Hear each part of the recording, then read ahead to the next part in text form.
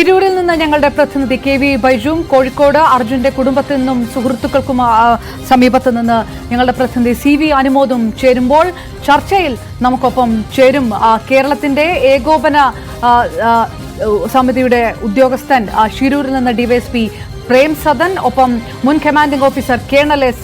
ഡിനി, ദുരന്ത നിവാരണ സമിതിയുടെ മുൻ ഉദ്യോഗസ്ഥൻ സുഭാഷ് ചന്ദ്രബോസ്, ഒപ്പം അർജുന്റെ അയൽവാസി രവീന്ദ്രൻ കോഴിക്കോട് ചേരും. നമ്മൾ പാനലിസ്റ്റുകളിലേക്ക് കടക്കുന്നതിന് മുൻപ് നമ്മുടെ പ്രതിനിധികളിലേക്ക് കടക്കുമ്പോൾ ഷിരൂരിൽ നിന്ന് തത്സമയം KV ബൈജു നമുക്കൊപ്പം ചേരുന്നു. ബൈജു, ഏറ്റവും പുതിയ സൂചനകൾ കരയിൽ ലോറിയില്ല എന്ന് സ്ഥിരീകരിച്ചിരിക്കുന്ന സാഹചര്യം, 98% മണ്ണ് മാറ്റിയിട്ടുണ്ട് എന്ന് കർണാടക സർക്കാർ സ്ഥിരീകരിച്ചിരിക്കുന്ന ഒരു സാഹചര്യം. അതായത് അങ്ങനെ ഒരു പ്രതീക്ഷ ഇനി വേണ്ട, റോഡിൽ ഇനി തിരച്ചിൽ ഉണ്ടാകില്ല എന്നുള്ള കാര്യം പൂർണ്ണമായി സ്ഥിരീകരിക്കുകയാണോ? ഇനി മുഴുവൻ തിരച്ചിലും പരിശോധനയും നദി കേന്ദ്രീകരിച്ച് എന്ന രീതിയിലേക്ക് കാര്യങ്ങൾ മാറുന്നു. ഈ മണിക്കൂറിൽ ഇപ്പോൾ 7 മണിയാകുമ്പോഴും തെരച്ചിൽ തുടരുകയാണ് അവിടെ. അങ്ങനെ വേണമോ മനസ്സിലാക്കാൻ?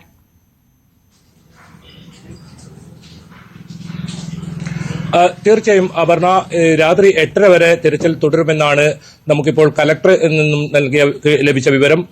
അതേസമയം തന്നെ ഈ റോഡിൽ ഇത്തരത്തിൽ മൺകൂനിക്കകത്ത് ഈ ലോറിയും അർജുനും അകപ്പെട്ടിട്ടുണ്ടെന്ന ഉറച്ച പ്രതീക്ഷയിലായിരുന്നു.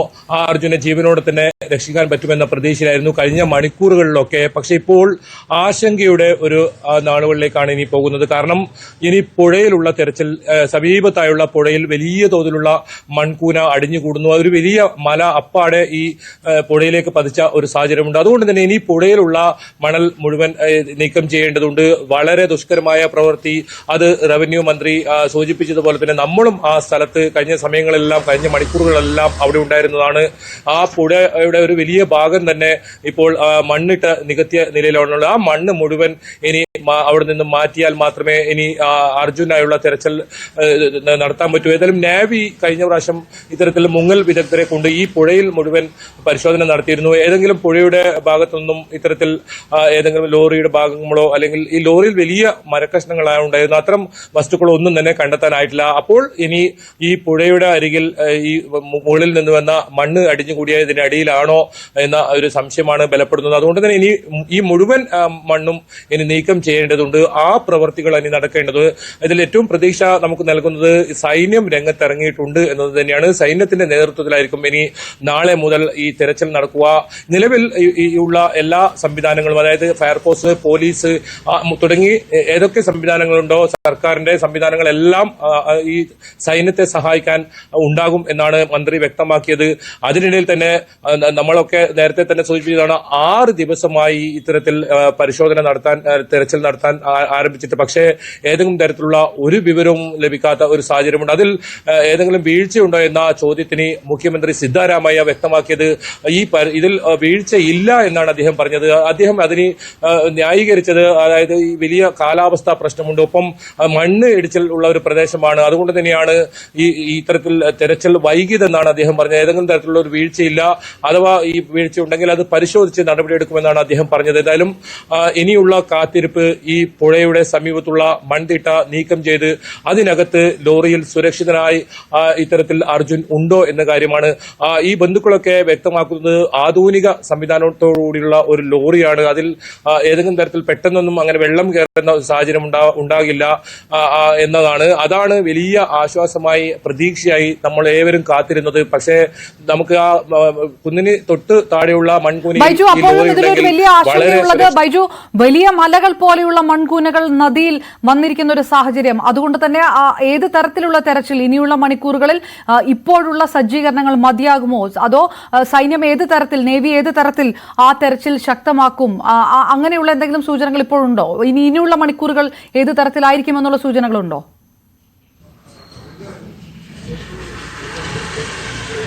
നിലവിൽ നടത്തുന്ന ഈ രീതിയിലുള്ള പ്രവൃത്തികൾ മാത്രം ഉണ്ടായാൽ ഈ പുഴയിൽ അടിഞ്ഞുകൂടിയിരിക്കുന്ന മണൽ മുഴുവൻ മാറ്റാൻ ഒരു കാരണവശാലും സാധിക്കില്ല. അത്രത്തോളം ദുഷ്കരമാണ്, അത്രത്തോളം മണൽ ഇതിനകത്ത് പതിച്ചിട്ടുണ്ട്. അതുകൊണ്ട് തന്നെ വലിയ സംവിധാനങ്ങൾ ഏർപ്പെടുത്തേണ്ടതുണ്ട്. അതിൽ റവന്യൂ മന്ത്രിയും മുഖ്യമന്ത്രിയും ആവർത്തിച്ച് വ്യക്തമാക്കിയത് ഏത് തരം സംവിധാനങ്ങൾ വേണമെങ്കിലും സൈന്യത്തിന് നൽകും ആവശ്യപ്പെട്ടാലെന്നാണ്. ഏതായാലും സൈന്യത്തിന്റെ ഉപകരണങ്ങളും ഇതിന് ഉപയോഗിക്കും.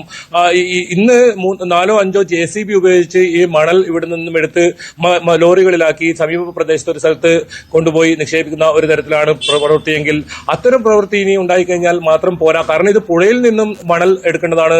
നമുക്കറിയാം ഭാരം കൂടും ഈ മണലിനെ പുഴയിൽ നിന്ന് എടുക്കുമ്പോൾ. മാത്രമല്ല ഈ ചെളി നിറഞ്ഞ് കല്ല് വലിയ പാറക്കഷ്ണങ്ങളൊക്കെ മുകളിൽ നിന്നും മലമുകളിൽ നിന്നും ഇത്തരത്തിൽ ഒലിച്ചു വന്നത് നമുക്ക് കാണാം. അത് ഈ പുഴയിലേക്കും പതിച്ചിട്ടുണ്ട്. ഈ പുഴയുടെ ഒരു ഭാഗം ഈ ദേശീയപാതയോട് ചേർന്ന് നിൽക്കുന്ന ഒരു വലിയൊരു ഭാഗം തന്നെ നികത്തിയ ഒരു നിലയിലാണുള്ളത്. അതുകൊണ്ട് തന്നെ വലിയ ദുഷ്കരമാണ്. മന്ത്രിയും അത് സൂചിപ്പിച്ചിട്ടുണ്ടായിരുന്നു. ഇനിയുള്ള പ്രവൃത്തി ദുഷ്കരമാണ്. അത് നാളെ രാവിലെ 8:30 മുതൽ ഇത്തരത്തിൽ ആരംഭിക്കുമെന്നാണ് നമുക്ക് ലഭിക്കുന്ന സൂചന. അതിൽ സൈന്യത്തിന്റെ ഭാഗത്തു നിന്നാണ് നമുക്കൊരു ഔദ്യോഗിക സ്ഥിരീകരണം. തീർച്ചയായിട്ടും കെ വി ബൈജു, നമുക്കപ്പോ അവിടെ നിന്ന് പ്രേം സദൻ ഡിവൈഎസ്പിയുടെ നമുക്കൊപ്പം ചേരും. അതിനു മുൻപ് CV അനുമോദ് കോഴിക്കോട് നമുക്കൊപ്പം ചേരുകയാണ്. അനുമോദ്, കുടുംബം അർജുന്റെ കുടുംബം ആവശ്യപ്പെട്ടത് സൈന്യം വരണമെന്നായിരുന്നു. സൈന്യം വന്നു, തെരച്ചിൽ നടത്തി.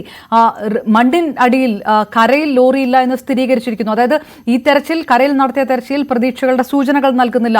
പക്ഷെ അപ്പോഴും നദിയിൽ തെരച്ചിൽ നടത്തുകയാണ്. ആ രീതിയിലുള്ള ഒരു പ്രതീക്ഷ ബാക്കി നിർത്തുന്നുണ്ട്. എങ്ങനെയാണ് കുടുംബത്തിന്റെയും ഒപ്പം സുഹൃത്തുക്കളുടെയും ഒരു പ്രതീക്ഷകൾ ഏത് തരത്തിലാണ് ഈ 6-ാം ദിവസം അവസാനിക്കാറാകുമ്പോൾ?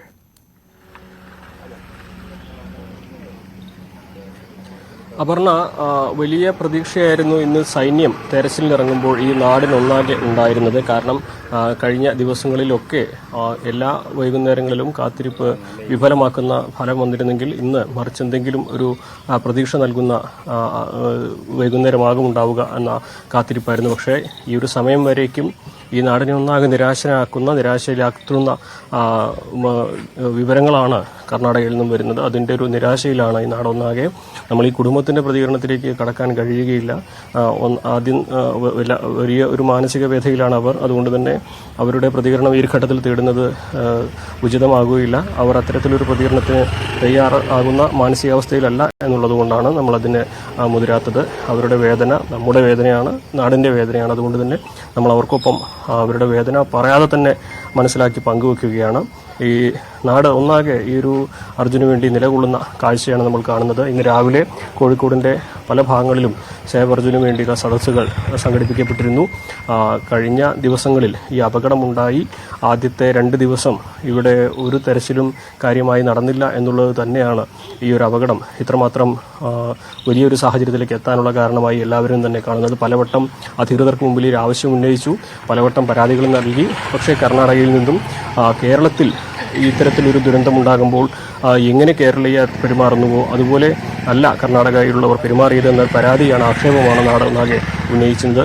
കാരണം ഗോൾഡൻ അവേഴ്സ്, ഒരു അപകടമുണ്ടായി ആദ്യത്തെ ഗോൾഡൻ അവേഴ്സ് ഒന്നും ചെയ്യാതെ അല്ലെങ്കിൽ കാര്യമായ പരിശ്രമങ്ങളൊന്നും നടത്താതെ കടന്നുപോയി എന്നുള്ളത് തന്നെയാണ് ഈ ഒരു വലിയ വേദനയ്ക്ക് കാരണമായിട്ടുള്ളത്. എന്താണെങ്കിലും ഇപ്പോൾ ഇനി പുഴയിലേക്ക് തെരച്ചിൽ നീളുമ്പോൾ ഇതുവരെ ഉണ്ടായിരുന്ന പ്രതീക്ഷകൾ അവസാനത്തേക്ക് കടക്കുന്നു, അവസാനത്താകുന്നു എന്നൊരു സങ്കടമാണ് നാടിനൊന്നാകെ പങ്കുവയ്ക്കാനുള്ളത്. ഇവിടെ രാവിലെ മുതൽ നമ്മളുണ്ട്. പലരും ഈ വീട്ടിലേക്ക് വരുന്നു, അവരെ ആശ്വസിപ്പിക്കുന്നുണ്ട്, മടങ്ങുന്നുണ്ട്. അതുകൊണ്ട് തന്നെ ഇനി ഇവർക്കൊന്നും കൂടുതൽ ഈ ഒരു കുടുംബാംഗങ്ങൾക്ക് ഈ ഒരു വിഷമഘട്ടത്തിൽ കൂടുതലൊന്നും പറയാനാകില്ല എന്ന് നമുക്ക് അറിയാം. എന്താണെങ്കിലും ഈ ഒരു നാടൊന്നാകെ ഇന്നത്തെ ദിവസം സൈന്യത്തിൻ്റെ ഇടപെടൽ ഫലം കാണുമെന്ന പ്രതീക്ഷയിലായിരുന്നു. പക്ഷേ അതില്ല എന്നുള്ള വേദനയിലാണ് ഇപ്പോൾ ഇവിടെ. റൈറ്റ്, CV അനുമോദം വിവരങ്ങൾ നൽകിയത്.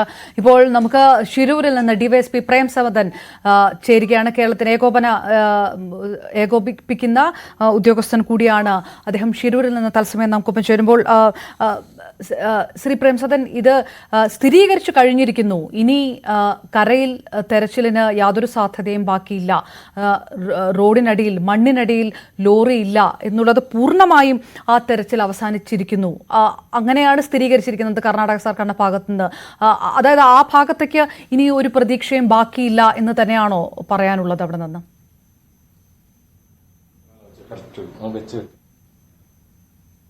DYSP പ്രേം സദൻ നമുക്കൊപ്പം ചേരുന്നു. സാർ, കേൾക്കാമല്ലോ അല്ലേ? സാർ, പ്രധാനമായിട്ടും ഈ നിമിഷത്തെ തെരച്ചിൽ എന്താണ് എന്നുള്ളതാണ് പ്രധാനം. അതായത് റോഡിൽ, അതായത് കരയിൽ ഇനി തെരച്ചിലിന് സാധ്യതയില്ല, മണ്ണിനടിയിൽ, കരയിലെ മണ്ണിനടിയിൽ ലോറിയില്ല എന്ന് പൂർണ്ണമായും സ്ഥിരീകരിച്ചിരിക്കുന്ന ഒരു സാഹചര്യം. അതായത് ആ തെരച്ചിൽ അവസാനിച്ചിരിക്കുന്നു. ആ ഭാഗത്തേക്ക് ഇനി നോക്കണ്ട, ഇനി ശ്രദ്ധ കേന്ദ്രീകരിക്കാനുള്ളത് നദിയിലേക്ക് തന്നെയാണ്. അങ്ങനെയാണോ? അവിടെ നിന്ന് എങ്ങനെയാണ് ഇന്നത്തെ മുഴുവൻ തെരച്ചിൽ ഈ ഒരു ഘട്ടത്തിൽ എത്തി നിൽക്കുമ്പോൾ എങ്ങനെയാണ് വിലയിരുത്തുന്നത്? ഇന്നത്തെ 3 ദിവസത്തെ തെരച്ചിലോടുകൂടി കഴിഞ്ഞ 3 ദിവസത്തെ തെരച്ചിലോടുകൂടി ഇന്ന് പൂർണ്ണമായിട്ടും കരഭാഗത്ത് തെരച്ചിൽ പൂർണ്ണമായിരിക്കുകയാണ്. ഏകദേശം മണ്ണിന്റെ എല്ലാ ഭാഗത്തും ഒന്നെങ്കിൽ മണ്ണ് നീക്കം ചെയ്യുകയോ അല്ലെങ്കിൽ അവിടെ പരിശോധിക്കുകയോ ചെയ്തിട്ടുണ്ട്. ലോറി അവിടെ ഇല്ല എന്നാണ് ബോധ്യപ്പെടുന്നത്. ഇനിയിപ്പോ മുന്നോട്ട് ഇന്ന് ആർമി സേനാംഗങ്ങൾ ഇവിടെ എത്തിയിട്ടുണ്ട്. അവർ പറയുന്നത് പുഴയുടെ ചേർന്നുള്ള ഭാഗങ്ങൾ തെരച്ചിൽ നടത്തണമെന്ന് തന്നെയാണ്. ഇനിയുള്ള പ്രവർത്തനങ്ങൾ ആ ഭാഗത്തേക്ക് കൂടി കോൺസെൻട്രേറ്റ് ചെയ്തുകൊണ്ട് ചെയ്യാൻ വേണ്ടിയിട്ടാണ് പദ്ധതിയിട്ടിട്ടുള്ളത്. സർ, റഡാറിൽ സിഗ്നൽ ലഭിച്ചതനുസരിച്ച് കൂടിയായിരുന്നല്ലോ നമ്മൾ മണ്ണിൽ ഈ തെരച്ചിൽ നടന്നത്. അങ്ങനെ അതായത് മണ്ണിന് അടിയിൽ ലോറി ഉണ്ടാകാമെന്നുള്ളൊരു സാധ്യത. പക്ഷേ ആ റഡാറിൽ ആ പരിശോധന പിന്നീട് ഫലപ്രദമായില്ല എന്ന് വരുന്ന ഒരു വിഷയമുണ്ട്. സൈന്യം ഇന്ന് നടത്തിയ പ്രവർത്തനങ്ങൾ എല്ലാം ആ തരത്തിൽ തന്നെയായിരുന്നു. അതായത് യാതൊരു സാധ്യതയും ഇനി ബാക്കി നിൽക്കുന്നില്ല, നദിയിലേക്ക് വാഹനം ഒലിച്ചു പോകാനുള്ള സാധ്യത തന്നെയാണുള്ളത് എന്ന് തന്നെയാണോ നിങ്ങൾക്കും അവിടെ നിന്ന് മനസ്സിലാക്കാൻ കഴിയുന്നത്, അല്ലേ? നദിയിലേക്ക് വാഹനം ഒലിച്ചു പോകാനുള്ള സാധ്യതയുണ്ട്. കാരണം നേരത്തെ തന്നെ നമുക്ക് 2 ദിവസം നേരത്തെ ഒരു ഗ്യാസ് ടാങ്കർ ലോറി നദിയുടെ അക്കരയിൽ നിന്ന് ലഭിച്ചിട്ടുണ്ട്. അപ്പോൾ അത്രയും ഫോഴ്സ് ആയിട്ടാണ് വെള്ളം മണ്ണും ചളിയും ഒക്കെ ഒഴുകി വന്നിരിക്കുന്നതെന്ന് ബോധ്യപ്പെട്ടിട്ടുണ്ട്. അപ്പോൾ പുഴയിലേക്ക് എത്താനുള്ള സാധ്യത നമുക്ക് തള്ളിക്കളയാൻ കഴിയില്ല. GPS ലൊക്കേഷൻ നോക്കിയിരുന്നു. അതിന്റെ വെളിച്ചത്തിലാണ് നമ്മൾ ആദ്യ സമയത്ത് പരിശോധന നടത്തിയത്. എന്നാലും GPS ലൊക്കേഷൻ പലപ്പോഴും അത് പൂർണ്ണമായ തോതിൽ നമുക്ക് ലഭിക്കുന്നില്ല. പലപ്പോഴും മണ്ണിനടിയിലുള്ള സർക്യൂട്ട് കിട്ടാൻ ബുദ്ധിമുട്ടാവുന്നുണ്ട്. അപ്പൊ ഇനി നമ്മൾ എല്ലാ ഭാഗവും നോക്കിയ സ്ഥിതിക്ക് പുഴയോട് ചേർന്നുള്ള ഭാഗവും പുഴയുമാണ് ഇനി നോക്കാനുള്ളത്. മിലിറ്ററി ആർമി പേഴ്സൺസ് ഇന്ന് എത്തിയിട്ടുണ്ട്. അവരുടെ പ്രവർത്തനങ്ങൾ നാളെ രാവിലെ മുതൽ ഏകോപിച്ച് ചെയ്യും എന്ന് അറിയിച്ചിട്ടുണ്ട്. ഈ നദിയിൽ പരിശോധിക്കുന്നത് വലിയ വെല്ലുവിളിയില്ലേ? ഇപ്പോൾ വലിയ രീതിയിലുള്ള മൺകൂനകളൊക്കെ ആണെങ്കിൽ എങ്ങനെയാണ് ഇപ്പോൾ നേവിയുടെ എല്ലാ സജ്ജീകരണങ്ങളും ഉപയോഗിച്ചും ആ രീതിയിൽ ആ മൺകൂനകൾ പരിശോധിക്കുന്നത്? അതിൽ പ്രധാന ചാലഞ്ചസ് എന്താണ് നിങ്ങൾക്ക് തോന്നുന്നത്? നമുക്ക് തോന്നുന്നത് ഇന്ന് ഇപ്പൊ ലോറി ഏകദേശം മണ്ണിന് അടിയിൽ പെട്ടുപോയിരിക്കാനുള്ള സാധ്യതയുണ്ട്. ഇപ്പൊ നാവിയുടെ എല്ലാ ഉദ്യോഗസ്ഥരും തെരച്ചിൽ നടത്തിയിട്ടുണ്ടെങ്കിലും ലോറി കണ്ടെത്താൻ സാധിച്ചിട്ടില്ല. എന്നാൽ വരും ദിവസങ്ങളിൽ നമുക്ക് കണ്ടെത്താൻ കഴിയും, അർജുനെ കരയിൽ എത്തിക്കാൻ കഴിയും എന്ന് തന്നെയാണ് പ്രതീക്ഷിക്കുന്നത്. അത്തരത്തിലുള്ള പ്രവർത്തനങ്ങളുമായിട്ടാണ് നമ്മൾ മുന്നോട്ട് പോകുന്നത്.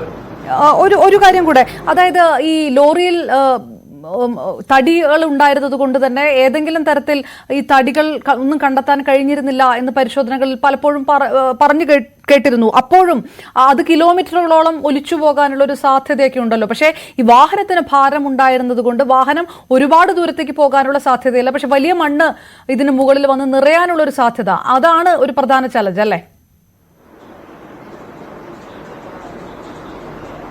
അതെ, മണ്ണ് മൂടിയിരിക്കാനുള്ള സാധ്യതയുണ്ട്. ഇനി വരും ദിവസങ്ങളിൽ നമുക്ക് പെട്ടെന്ന് തന്നെ എത്രയും പെട്ടെന്ന് തന്നെ അർജുന്റെ അടുത്തേക്ക് എത്തുക എന്നുള്ളതിനാണ് നമ്മൾ പ്രാധാന്യം നൽകിയിരിക്കുന്നത്.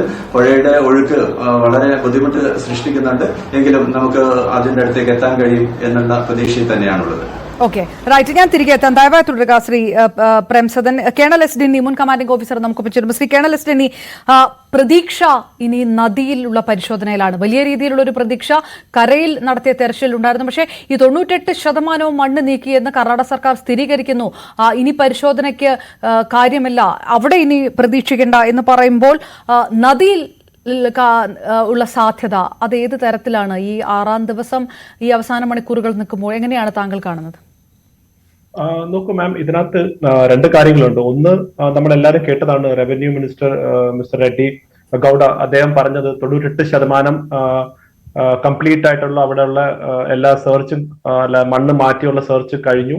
അവിടെ ഇതുവരെ ഒന്നും ഒരു രീതിയിലുള്ള ട്രക്കിന്റെ എന്തെങ്കിലും ഒരു എവിഡൻസോ ഒന്നും കിട്ടിയിട്ടില്ല എന്നാണ് അദ്ദേഹം പറഞ്ഞത്. പക്ഷേ കുറച്ചു മുമ്പും ഞാൻ അവിടെയുള്ള നമ്മുടെ ഇവിടുന്ന് പോയിട്ടുള്ള രഞ്ജിത്ത് ഇസ്രായേലുമായിട്ട് അദ്ദേഹമായിട്ട് സംസാരിച്ച സമയത്ത് അദ്ദേഹം ഇപ്പോഴും പറയുന്നത് അവിടെ ഇപ്പോഴും ഒരു ചാൻസ് ഉണ്ട് എന്നാണ് അദ്ദേഹം ഇപ്പോഴും പറയുന്നത്. അപ്പം കംപ്ലീറ്റ് ആയിട്ട് എനിക്ക് തോന്നുന്നു ഇപ്പോഴും കരയിൽ ഒന്നുമില്ല എന്ന് റൂൾ ഔട്ട് ചെയ്യാൻ ഇതുവരെ ആയിട്ടില്ല. അതിന്റെ ഒരു ഒഫീഷ്യൽ ആയിട്ടുള്ള ഒരു കാര്യം ഇതുവരെ വന്നിട്ടില്ല എന്നാണ് ഞാൻ മനസ്സിലാക്കുന്നത്. അത് ചിലപ്പോൾ ഇന്ന് രാത്രിയോ അല്ലെങ്കിൽ നാളെ രാവിലെയോ അത് അങ്ങനെ ഒരു ഒഫീഷ്യൽ ആയിട്ടുള്ള ഒരു കൺഫർമേഷൻ വരാൻ സാധ്യതയുണ്ട്. കാരണം റവന്യൂ മിനിസ്റ്റർ പറഞ്ഞ പോലെ ആ മലയുടെ തൊട്ടടുത്തുള്ള സ്ഥലത്ത് അവർക്ക് സെർച്ച് ചെയ്യാൻ സാധിക്കില്ല. കാരണം അത് മാറ്റി കഴിഞ്ഞാൽ വീണ്ടും ഒരു ലാൻഡ് സ്ലൈഡ് ഉണ്ടാകാനുള്ള ഒരു കാരണം അതാവാം. അപ്പൊ പിന്നെ നമ്മൾ ഇനി അടുത്ത പുഴയിലേക്കുള്ള ഒരു ഇതാണ്. അതുപോലെ തന്നെ വേറൊരു വിഷയം അതിനകത്ത് ഈ ലാൻഡിൽ തന്നെ ആണ് ഇപ്പോഴും എന്നുള്ള ഒരു സംശയം. അവരുടെ ബന്ധുക്കൾ 16-ാം തീയതിയാണ് ഈ സംഭവം നടക്കുന്നത്. 18-ാം തീയതി വരെ മൊബൈൽ റിംഗ് ചെയ്യുന്നുണ്ടായിരുന്നു എന്നാണ് അവർ പറഞ്ഞത്. അപ്പൊ അതെനിക്ക് തോന്നുന്നു സൈബർ സെല്ലിലൊക്കെ ആ മൊബൈൽ റിംഗ് ചെയ്യുന്നുണ്ടായിരുന്നു, അല്ലെങ്കിൽ അതിന്റെ ലാസ്റ്റ് കോൾ എവിടെ വരെയൊക്കെ പോയിട്ടുണ്ടെന്നൊക്കെ എനിക്ക് തോന്നുന്നു അത് സൈബർ സെല്ലിലൂടെ നമുക്ക് മനസ്സിലാക്കാൻ സാധിക്കും. അപ്പൊ അങ്ങനെ മൊബൈൽ റിംഗ് ചെയ്തിട്ടുണ്ടായിരുന്നെങ്കിൽ തീർച്ചയായിട്ടും അങ്ങനെയാണെങ്കിൽ അത് പുഴയിൽ പോകാൻ സാധ്യത കുറച്ചും കൂടെ കുറയും. അപ്പൊ ഈ കാര്യങ്ങളുണ്ട് ഒരു വശത്ത്. രണ്ടാമത്തെ കാര്യം, ഇനി നെക്സ്റ്റ് അഥവാ നമ്മൾ പുഴയിലാണ് നോക്കേണ്ട അല്ലെങ്കിൽ അടുത്ത നെക്സ്റ്റ് സ്റ്റെപ്പ് അങ്ങോട്ടാണെങ്കിൽ തീർച്ചയായിട്ടും അത് വളരെ ദുഷ്കരമായിട്ടുള്ള ഒരു കാര്യമാണ്. കാരണം ആദ്യം ഈ ട്രക്ക് എവിടെ ആണെന്ന് കണ്ടെത്തണം. അത് കഴിഞ്ഞിട്ടാണ് ആ ട്രക്ക് അവിടുന്ന് അതിനെ റിട്രീവ് ചെയ്യാനുള്ള ഒരു ശ്രമങ്ങൾ നടത്താൻ. അപ്പൊ ഇത് രണ്ടും പാടാണ്. ഫസ്റ്റ് ഈ കണ്ടെത്താനുള്ളതെന്ന് വെച്ചാൽ, കാരണം ഇത്രയും മണ്ണ് അതിന്റെ ഓൾറെഡി വന്ന് അതിന്റെ പുറത്ത് വീഴുകയാണ്, അത് കുറച്ചുകൂടെ താഴോട്ട് പോകാനുള്ള സാധ്യതകളുണ്ട്. അപ്പൊ അങ്ങനെയാകുമ്പം തീർച്ചയായിട്ടും അത് കണ്ടെത്താൻ കുറച്ചും കൂടെ ഒരു പാടായിരിക്കും. പക്ഷെ അതിന്റെ ഐഡന്റിഫിക്കേഷൻ ചെയ്ത് കഴിഞ്ഞാൽ തന്നെ അതിനെ റിട്രീവ് ചെയ്യാൻ, കാരണം അതിന് അത്രമാത്രം എക്യുപ്മെന്റ്സും മറ്റു കാര്യങ്ങളൊക്കെ വേണം. കാരണം ഒരു കാര്യം, അവിടെ ഈ ഗംഗാവലി റിവറിൽ നല്ല ഫ്ലോ ഉണ്ട്. അവിടുന്ന് ഒരു 10-15 കിലോമീറ്റർ കൂടെ ഉള്ളൂ കടലിലേക്ക്. അപ്പൊ ആ ഫ്ലോ കാരണം ഈ ട്രക്കിന്റെ എക്സാക്ട് ലൊക്കേഷൻ ആ ലാൻഡ് സ്ലൈഡ് നടന്ന സ്ഥലത്തും ആണോ അതോ അതിലൂടെ ഒഴുകി അല്ലെങ്കിൽ അണ്ടർഗ്രൗണ്ട് ഒഴുക്കത്തിലൂടെ കുറച്ചുകൂടെ ഫ്രണ്ടിലോട്ടൊക്കെ പോയിട്ടുണ്ടോ എന്നൊക്കെ നമുക്ക് ഇനി വരും ദിവസങ്ങളിലേക്ക് കാണാൻ സാധിക്കും. അപ്പൊ എനിക്ക് തോന്നുന്നു അതിനകത്ത് ഇന്ത്യൻ നേവി ആയിരിക്കും ഇനി പുഴയിലോട്ടാണെങ്കിൽ അവരായിരിക്കും ലീഡ് റോൾ. കാരണം അവർക്കാണ് അതിൻ്റെ ഉള്ള എക്യുപ്മെന്റ്സ് ഉള്ളത്. തീർച്ചയായിട്ടും നമുക്ക് അതിന്റെ എക്യുപ്മെന്റ്സ് ഉണ്ട്. അത് സെർച്ച് ചെയ്യാനുള്ള ഡീപ് സീ സെർച്ച് ചെയ്യാനുള്ള സൊനാർ പോലത്തെ സാധനങ്ങളൊക്കെ നമ്മളിലുണ്ട്. അതിന് ഒരു അഡ്വാൻറ്റേജ് എന്ന് പറഞ്ഞാൽ മാഡം, ഈ കടലിൽ ഞാൻ നേരത്തെ പറഞ്ഞ കടലിലൂടെ ഈ റിവറുമായിട്ടൊരു ലിങ്ക് ഉണ്ട്. അതായത് ഗംഗാവലി റിവർ ചെന്ന് ആ കടലിലേക്കാണ് ചെന്നത്. അപ്പം ഒരു ഷിപ്പിന് വരണമെങ്കിൽ, ചെറിയ ഷിപ്പ് വിത്ത് സോനാറൊക്കെ വരണമെങ്കിൽ അതിലൂടെ വരാനുള്ള സാധ്യതയുണ്ട്. അപ്പൊ അത്രയും ഒരു അഡ്വാൻറ്റേജ് നേവിക്ക് കിട്ടും എന്നാണ് എനിക്ക് തോന്നുന്നത്. പക്ഷെ എന്നാലും ഡെഫിനറ്റ്ലി അതിന്റെ ഫ്ലോ ഭയങ്കര ഫാസ്റ്റ് ആണ്. അതിനകത്ത് വന്ന് അടിഞ്ഞിരിക്കുന്ന മണ്ണ് ധാരാളമാണ്. അപ്പൊ അതെല്ലാം ഒരു ചാലഞ്ചിങ് ആയിട്ടുള്ള ഒരു ടാസ്ക്. തീർച്ചയായിട്ടും. കേണൽ എസ് ഡിനി, ഞാൻ തിരികെ എത്താം. ശ്രീ സുഭാഷ് ചന്ദ്രബോസ് നമുക്കൊപ്പം ചേരുന്നു. സർ, ഇനി ഇത് റൂൾ ഔട്ട് ചെയ്യാൻ കഴിയുകയില്ല, അതായത് കരയിൽ ഉള്ള സാധ്യത പരിപൂർണമായിട്ട് റൂൾ ഔട്ട് ചെയ്യാൻ കഴിയുകയില്ലെന്നാണ് കേണൽ എസ് ഡിനി പറഞ്ഞു വെക്കുന്നത്. അപ്പോഴും കർണാടക സർക്കാർ സ്ഥിരീകരിക്കുന്നത് 98% മണ്ണ് നീക്കിക്കഴിഞ്ഞു, ഇനി അങ്ങനെ ഒരു പരിശോധന ഇല്ല, ഇനി അവിടെ പരിശോധന നടത്തുന്നില്ല എന്നാണ്. അതായത് ഇനി പരിശോധന നടത്തുന്നില്ല എന്നൊരു തീരുമാനത്തിലേക്ക് സർക്കാർ കടക്കുന്ന ഒരു സാഹചര്യത്തിൽ ഒരു സാധ്യത അവിടെ ബാക്കിയുണ്ട്. അത് പരിപൂർണമായിട്ട് റൂൾ ഔട്ട് ചെയ്യാൻ കഴിയുകയില്ല. മൊബൈൽ ഫോൺ റിങ് ചെയ്തത് അടക്കം ഈ നദിയിലേക്ക് പോകാനുള്ള സാധ്യത തള്ളിക്കളയുന്ന ഒരു സാഹചര്യമുണ്ട്. അങ്ങനെ ഒരു കൃത്യമായ ഒരു പരിശോധന ഇനിയും ബാക്കി നിൽക്കുന്നുണ്ട്. അങ്ങനെ ഒരു ആശങ്കാപരമായിട്ടുള്ള ഒരു കാര്യം കൂടിയാണോ വിലയിരുത്തേണ്ടത്? കേണൽ ഡെസ്റ്റിനി പറയുന്നത് അനുസരിച്ച് എങ്ങനെയാണ് താങ്കൾ കാണുന്നത് ഇപ്പോൾ വരുന്ന പുതിയ ഈ സ്ഥിരീകരണങ്ങളെല്ലാം? ഞാൻ ആദ്യം മുതൽ ഇത് 16 മുതൽ ശ്രദ്ധിക്കുമ്പോൾ ഒരു കാര്യം മനസ്സിലാക്കുന്നത്, സാധാരണയായിട്ട് ഇതുപോലെ നടക്കുന്ന ഒരു റെസ്ക്യൂ ഓപ്പറേഷനാണ്. ഇതിനകത്തൊരു റെസ്ക്യൂ ഓപ്പറേഷന്റെ ഏറ്റവും വലിയൊരു പ്രത്യേകത അല്ലെങ്കിൽ ഒരു സ്പെഷ്യാലിറ്റി ആയിട്ട് കാണേണ്ടത് മനുഷ്യജീവനും കൂടി ചേർന്നുള്ള റെസ്ക്യൂ ഓപ്പറേഷനാണ്. അപ്പം അതിനൊരു പ്രോട്ടോക്കോളും ഒരു പ്ലാൻ ഓഫ് ആക്ഷനും ഒരു ടെംപ്ലേറ്റും ഉണ്ടാക്കണം. അപ്പം അങ്ങനെ ഒരു ടെംപ്ലേറ്റ് ഉണ്ടാക്കിയല്ല ഈ കാര്യങ്ങൾ നീങ്ങുന്നതെന്നാണ് എൻ്റെ ഒരു ഒബ്സർവേഷൻ. അങ്ങനെയാണെങ്കിൽ ഒരുപക്ഷെ സമാന്തരമായി തന്നെ നദിയിൽ നോക്കാൻ പറ്റും, സമാന്തരമായി തന്നെ കരയിൽ നോക്കാൻ പറ്റും. അത് കുറച്ചുകൂടി ഉയർന്ന തലത്തിലുള്ള ഉദ്യോഗസ്ഥർ ആദ്യത്തെ ഫസ്റ്റ് ദിവസമോ 2ാം ദിവസം മാക്സിമം പോയാൽ പിറ്റേ ദിവസം, അതിനപ്പുറം പോകാൻ പാടില്ല, പിറ്റേ ദിവസം തന്നെ ഒരു വളരെ ഹയർ ലെവലിലുള്ള ഉദ്യോഗസ്ഥരും എക്സ്പെർട്ടുകളും ഇരുന്നൊരു പ്ലാൻ ഓഫ് ആക്ഷൻ അല്ലെങ്കിൽ ഒരു ആക്ഷൻ പ്ലാൻ തയ്യാറാക്കി അതിനനുസരിച്ചുള്ളൊരു നീക്കമല്ല അവിടെ നടക്കുന്നത്. ഇതിന്റെ സ്റ്റെപ്പ് ബൈ സ്റ്റെപ്പായിട്ടാണ്. നമ്മൾ വില്ലേജ് ഓഫീസിൽ പോയോ അല്ലെങ്കിൽ പിന്നെ മെഡിക്കൽ കോളേജിലോ അല്ലെങ്കിൽ ഹോസ്പിറ്റലിൽ ചെല്ലുമ്പോൾ ഡോക്ടർ ആദ്യം അസിസ്റ്റന്റ് നോക്കി, പിന്നെ അസോസിയേറ്റ് നോക്കി, അങ്ങനെ പോകുന്ന സ്റ്റെപ്പാണ്. ആദ്യം ലോക്കൽ പോലീസ് ചെല്ലുന്നു, PWD ചെല്ലുന്നു, പിന്നെ എഞ്ചിനീയർ ചെല്ലുന്നു, 2-3 പിന്നെ JCB ചെല്ലുന്നു, പിന്നെ അത് കഴിഞ്ഞ് ആളെ കൂട്ടുന്നു, പിന്നെ നേവിയെ വിളിക്കുന്നു, പിന്നെ സൈന്യത്തെ വീട്ടുകാരെ ഇടപെടുമ്പോൾ സൈന്യത്തെ വിളിക്കുന്നു, പിന്നെ കേരളത്തിൽ നിന്ന് ഒരു ആളിനെ കൊണ്ട് രഞ്ജിത്ത് ഇസ്രായേലിയെ കൊണ്ടുപോകുന്നു, അദ്ദേഹത്തിനെ അവിടെ കയറ്റുന്നില്ല. അങ്ങനെ ഇതിന്റെ ഒരു സീക്വൻസ് പരിശോധിച്ചാൽ ഒരു ഡിസാസ്റ്റർ മാനേജ്മെന്റിന്റെ ഒരു ഡിസാസ്റ്റർ റെസ്ക്യൂ ഓപ്പറേഷന്റെ ഒരു പ്രൊസീജിയറൽ ലാബ്സ് ഉണ്ട് എന്നുള്ളത് വളരെ കൃത്യമാണ്. കാരണം നേരത്തെ ഇവിടെ നമ്മുടെ റിപ്പോർട്ടർ സൂചിപ്പിച്ച പോലെ ഒരു പ്രശ്നമുണ്ടായാൽ, ഒരു ആക്സിഡന്റ് അല്ല, ഒരു ഡിസാസ്റ്റർ ഉണ്ടായാൽ ഇത് ഡിസാസ്റ്ററിൽ വരില്ല എന്നൊരു ന്യായം ആദ്യം പറയാമായിരുന്നു, ആദ്യഘട്ടത്തിൽ പറയാം. കാര്യം ഇതൊരു ആക്സിഡന്റ് ആണല്ലോ, ഒരു സ്ഥലത്ത് നടന്ന ആക്സിഡന്റ് ആണ്. പക്ഷെ ഇതിനകത്ത് ലാൻഡ് സ്ലൈഡ് കൂടി വന്ന സാഹചര്യത്തിൽ ഡിസാസ്റ്ററിലേക്ക് കണക്ക് കൂട്ടാം. അങ്ങനെ ഡിസാസ്റ്ററിലേക്ക് പോയി കഴിഞ്ഞാൽ അതിൽ ഓപ്പർച്യൂണിറ്റി ടൈമും ഉണ്ട്, ഓപ്പർച്യൂണിറ്റി മൊമെന്റ്സ് ഉണ്ട്, ഗോൾഡൻ അവേഴ്സ് ഉണ്ട്, ഗോൾഡൻ മൊമെന്റ്സ് ഉണ്ട്, ഗോൾഡൻ ടൈം ഉണ്ട്, ഇതെല്ലാം ഉണ്ട്. ഈ സമയങ്ങളിൽ ആണ് നമ്മുടെ സംവിധാനങ്ങൾ ഒന്നാകെ പ്രവർത്തിക്കേണ്ടത്. പക്ഷെ അതിനുള്ളൊരു പ്രവർത്തനങ്ങൾ കാണുന്നില്ല. ഇതവർ കരയിൽ ഫോക്കസ് ചെയ്യുമ്പോൾ ഒഴുക്കുള്ള നദിയിൽ ഫോക്കസ് ചെയ്യുന്നില്ല. അപ്പോൾ ഒഴുക്കുള്ള നദിയിൽ ഫോക്കസ് ചെയ്യാതിരിക്കുമ്പോൾ എന്ത് ചെയ്യുന്നു? കടലുമായി അടുത്ത് കിടക്കുന്ന നദിയിൽ ഫോക്കസ് ചെയ്യാതിരിക്കുമ്പോൾ സ്വാഭാവികമായി ഈ 5 ദിവസം കൊണ്ട് നദിയിലായിരുന്നുവെങ്കിൽ അതിന് ഒഴുകി പോകാനോ അല്ലെങ്കിൽ സ്റ്റക്ക് ആവാനോ കൂടുതൽ ഹസാഡസ് ആവാനുള്ള സാധ്യതയുണ്ട്. അപ്പൊ ഈ സാധ്യതകളെ നമ്മൾ കാണാം. അപ്പൊ ഇത് ഓപ്ഷൻ 1, പ്ലാൻ 1, പ്ലാൻ 2 ഈ നദി ശ്രീ സുഭാഷ് ചന്ദ്രബോസ് നദിയിലേക്ക് പോകാനുള്ള സാധ്യത, കരയിലെ തന്നെ പരിശോധന പൂർണ്ണമായും അവസാനിപ്പിക്കാറായിട്ടില്ല എന്ന് പറയുന്ന ഒരു സാഹചര്യം കൃത്യമായിട്ട് അറിയാം. ഈ പറഞ്ഞതുപോലെ തന്നെ വലിയ രീതിയിലുള്ള ഒരു വീഴ്ച ആദ്യ ദിവസങ്ങളിൽ ഉണ്ടായതാണ്. ആ വലിയ വീഴ്ചയൊക്കെ ഇനിയാണ് പരിശോധിക്കേണ്ടത്. അപ്പോൾ ആ ഒരു വീഴ്ച, ആ ഒരു ഉദാസീന മനോഭാവം ഇപ്പോൾ ഈ പരിശോധന അവസാനിപ്പിക്കുകയാണ് എന്ന് പറയുന്നിടത്തും അത് തുടരുകയാണ്. അങ്ങനെ വേണം മനസ്സിലാക്കാൻ. ഈ 2% എന്നൊക്കെ പറയുമ്പോൾ നമുക്കൊന്നും 98%, 2% കുറവല്ലേ? അങ്ങനെയല്ല. അവിടെ എത്ര ലോഡ് ഡെബ്രിസ് ആണ് വീണിട്ടുള്ളത്, അത് എത്രമാത്രം ഹസാഡിസ് ആണ്, എത്ര അവിടുത്തെ പ്രശ്നങ്ങളുണ്ട്, അതിൽ എത്രയാണ് മാറ്റിയത്, ഈ 2% എന്ന് പറയുന്നത് തന്നെ എത്ര മാറ്റേണ്ടി വരും എന്നുള്ളതും ഒരു വലിയൊരു ചോദ്യമാണ്. അപ്പൊ ഇതിനെ സംബന്ധിച്ചൊരു വളരെ കൃത്യമായ ഒരു വളരെ പ്ലാൻഡ് ആയിട്ടുള്ള ഒരു ആക്ഷൻ നടന്ന് വളരെ സീരിയസ് ആയിട്ടുള്ള എക്സ്പെർട്ടുകൾ, നാഷണൽ ലെവലിലുള്ള എക്സ്പെർട്ടുകളൊക്കെ ഇരുന്ന് വളരെ സീരിയസ് ആയി നടത്തേണ്ട ഒരു ഓപ്പറേഷനാണ്. അപ്പൊ അല്ലാതെ ഇതിപ്പോ മിനിസ്റ്റർ പറയുന്നു, അല്ലെങ്കിൽ അവിടുത്തെ SP പറയുന്നു, റവന്യൂ മിനിസ്റ്റർ പറയുന്നു, ഇങ്ങനെയാണ് 98% നോക്കി ഇനിയിപ്പോൾ 2% ഉള്ളൂ, അതുകൊണ്ട് ഇവിടെ നമുക്ക് ഇങ്ങനെ ഉറപ്പിക്കാം, അങ്ങനെ പറയുന്നത് ശരിയല്ല. ഇത് വളരെ എക്സ്പെർട്ടൈസ് ഉള്ള ആളുകൾ വളരെ ഒഫീഷ്യലായി പ്രൊഫഷണലായി അഭിപ്രായം പറയേണ്ടതും അങ്ങനെ പ്രൊഫഷണലായി തന്നെയാണ് ഈ കാര്യങ്ങളെ കാണേണ്ടത്.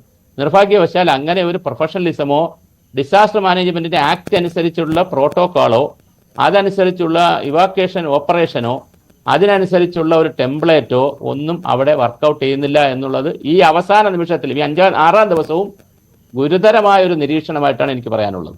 അതായത് ശ്രീ സുഭാഷ് ദാസ്, ഒരു കാര്യം കൂടെ, കേരള സർക്കാരിന്റെ ഭാഗത്ത് നിന്ന് നടത്തുന്ന ആ ഒരു സമ്മർദ്ദം അതുകൊണ്ടുകൂടിയാണ്, പിന്നെ ലോകമെമ്പാടുമുള്ള മലയാളികളുടെ സമ്മർദ്ദം, ഇതെല്ലാം കൊണ്ടുകൂടിയാണ് ഈ അവസാന ദിവസങ്ങളിലെങ്കിലും ഈ രീതിയിലേക്ക് തെരച്ചിൽ നടത്തുന്നത്. വീട്ടുകാര് പ്രധാനമന്ത്രിക്കും മെയിൽ അയച്ചും, മുഖ്യമന്ത്രിക്കും പ്രധാനമന്ത്രിക്കും അതുപോലെ തന്നെ കർണാടക മുഖ്യമന്ത്രിയൊക്കെ മെയിൽ അയച്ചിട്ടാണോ സൈന്യം വരേണ്ടത്?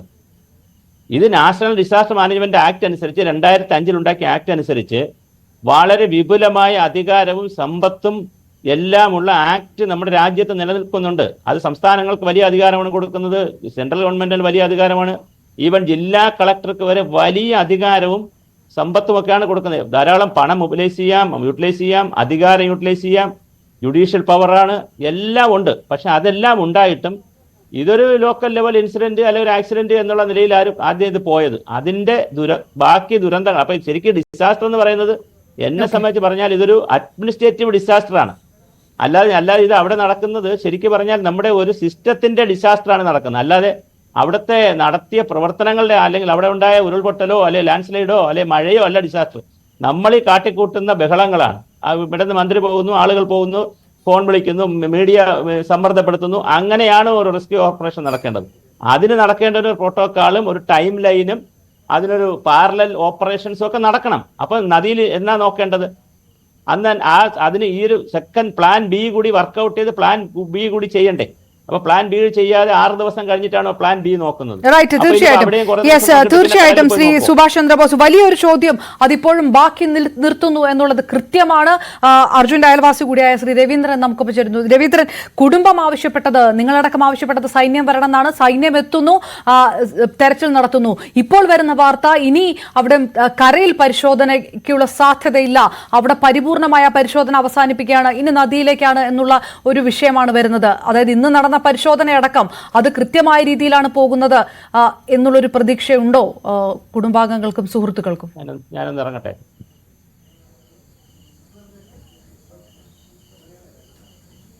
ശ്രീ രവീന്ദ്രൻ, ഇക്കാര്യത്തിൽ കേൾക്കുന്നുണ്ടോ? ഉണ്ട്, താങ്കൾക്ക് പറയാം. ഹലോ.